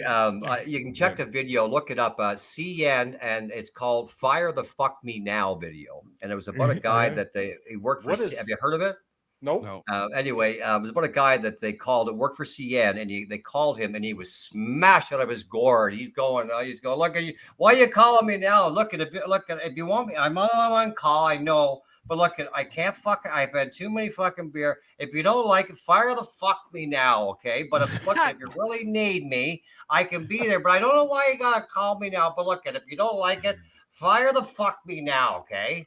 So if you don't like what I do, fire the fuck me now. There we go. Junior, one question to ask you before you sign off, or if your computer crops up. How many times did you say you've seen Rush perform live? 35. How many times has your computer crashed? Really? 34 times in concert. So you've seen him perform Toronto, Montreal also? And I have at the Forum. Wow. So yeah, right from Charlottetown, Prince Edward Island, right across Canada. The only province I did not see them is Winnipeg, or city, if you will. Wow, it's incredible because I've heard of like Rush and Kiss, and the comparison to the market in Toronto and Montreal in terms of the audience, because they both said Montreal is by far the loudest. Were the loudest people to go. Like even Gene Simmons, when he was interviewed, Yes, and he said the same thing. He said Kiss would come to, at that point, Maple Leaf Gardens in Toronto. Well, you know what? I'm going to 100% agree with you. Also, when I talked to Rick Emmett, he agrees as well. There's quite a few of them. Here's the other scenario you may not know. Maple Leaf Gardens, Toronto has always been the most critical audiences in the world. Yes, I've heard that. So much so, that's why, the first kind of Who reunion or our tour was supposed to be their final show. They chose that for that reason. So I agree. But one thing I will say before we get off the Rush subject is you have to be a good opening act, or you would have have you ever experienced this? You would have got literally rushed off stage, meaning the crowd would be rush, and you would get rushed off stage. That's interesting. Oh, and look, there's so many. I also was very, very good friends. I mentioned earlier, he's gone to heaven a week after Neil Peart, by the way. Neil Peart. Oh no, he just cut off. Oh, too bad. Anyways, he's going to be talking about Neil Peart's drummer tech or whatever, who's a friend of his, and I think basically what he's going to say is that he passed away a week after him or something, or I don't know. I'm just making up stories now. That's what happens when your friend crashes, and John goes running off to talk to his wife and covers up the camera so that way we can't see him getting beaten. Well, I remember the interview that Geddy Lee had after Neil passed away, and they all asked him at different radio stations and different TV stations. They all asked him the same question. They said, "Would you ever get a replacement for Neil?" And he said, "Absolutely not." Like it's almost like when Led Zeppelin lost Bonham, their drummer, and I had tickets to see Led Zeppelin. I had the second or third row from the stage to see Zeppelin. And I don't know if they were beginning their tour or ending their tour. Once Bonham died, that was the end of it, and that Led Zeppelin never got back together. They had one or two times that they toured, but only like one or two venues, because Bonham's son, Jason Bonham, was the drummer then. So the drummer has such a big, I think the Who is still touring now, if I'm not mistaken. And Keith Moon died many, many years ago, but you could see the parallels between Led Zeppelin and Rush. Their drummers passed away, and they don't want to tour anymore. Yeah. Oh, it looks like we got our friend Warren's made a couple of comments here.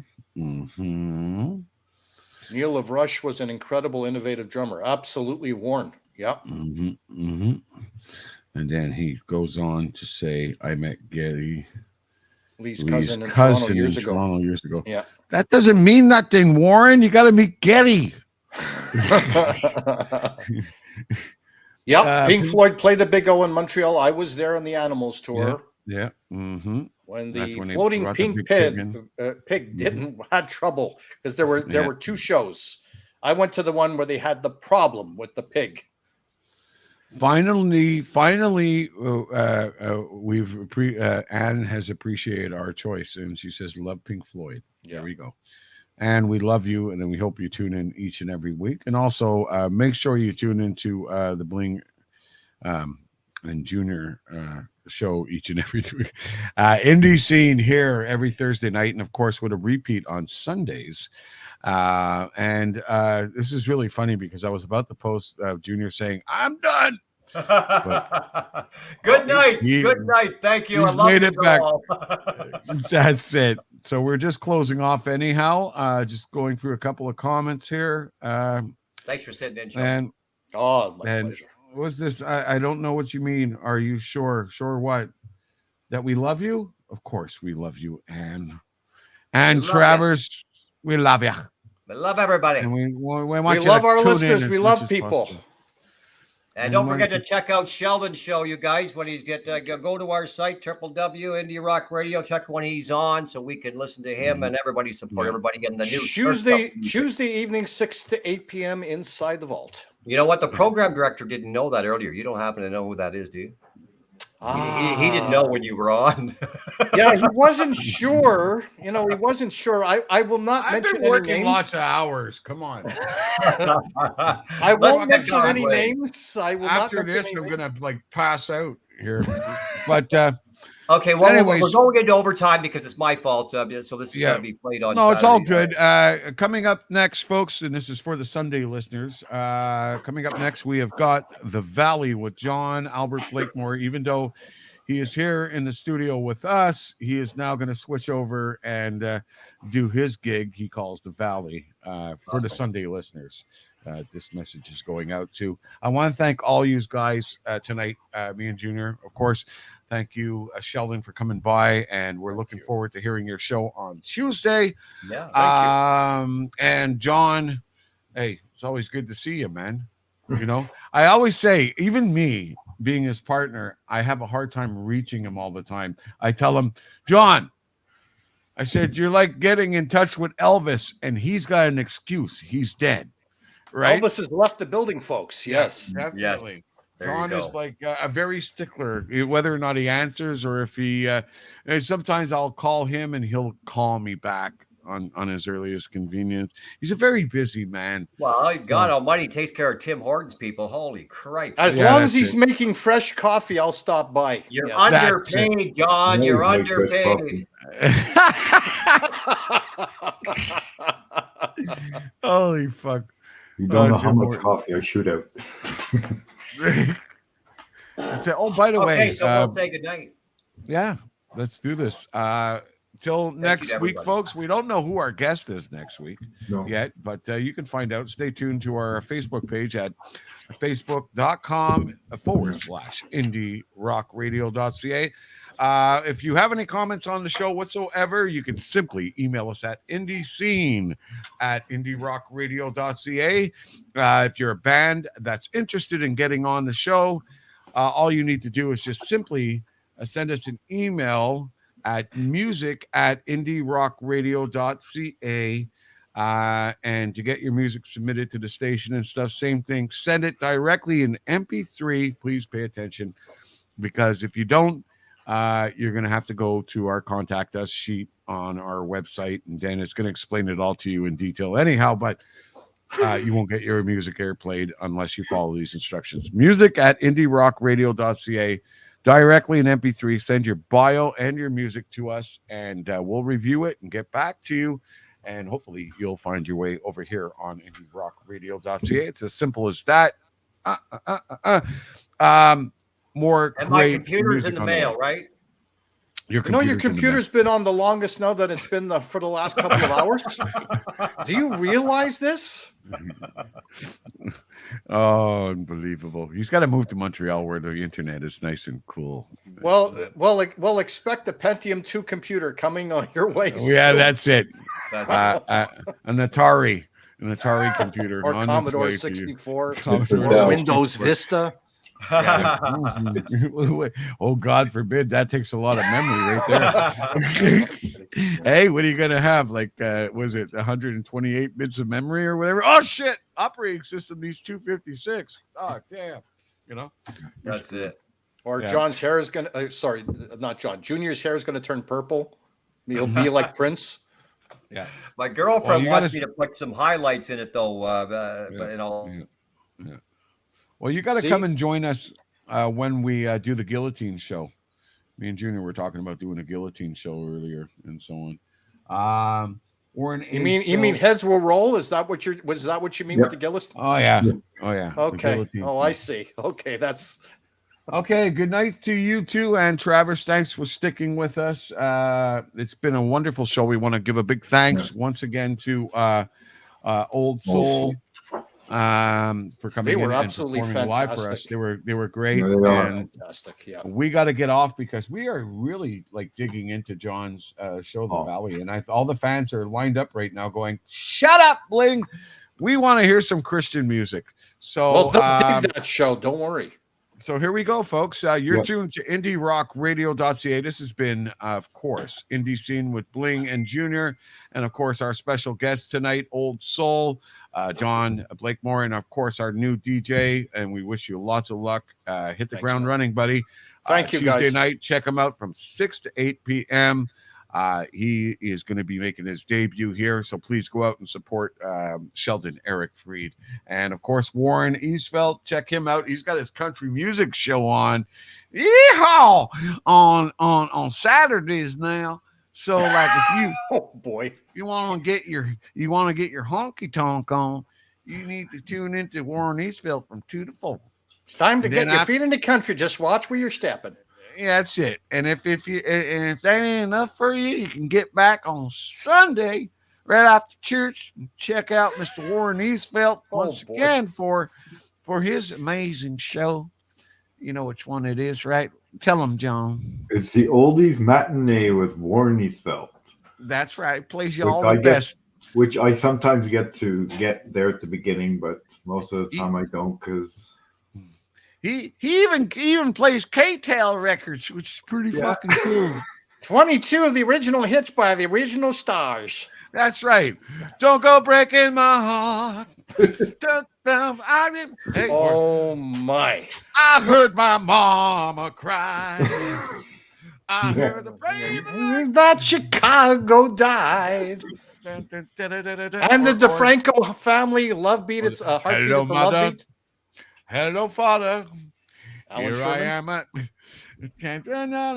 Yeah. But titty. Okay.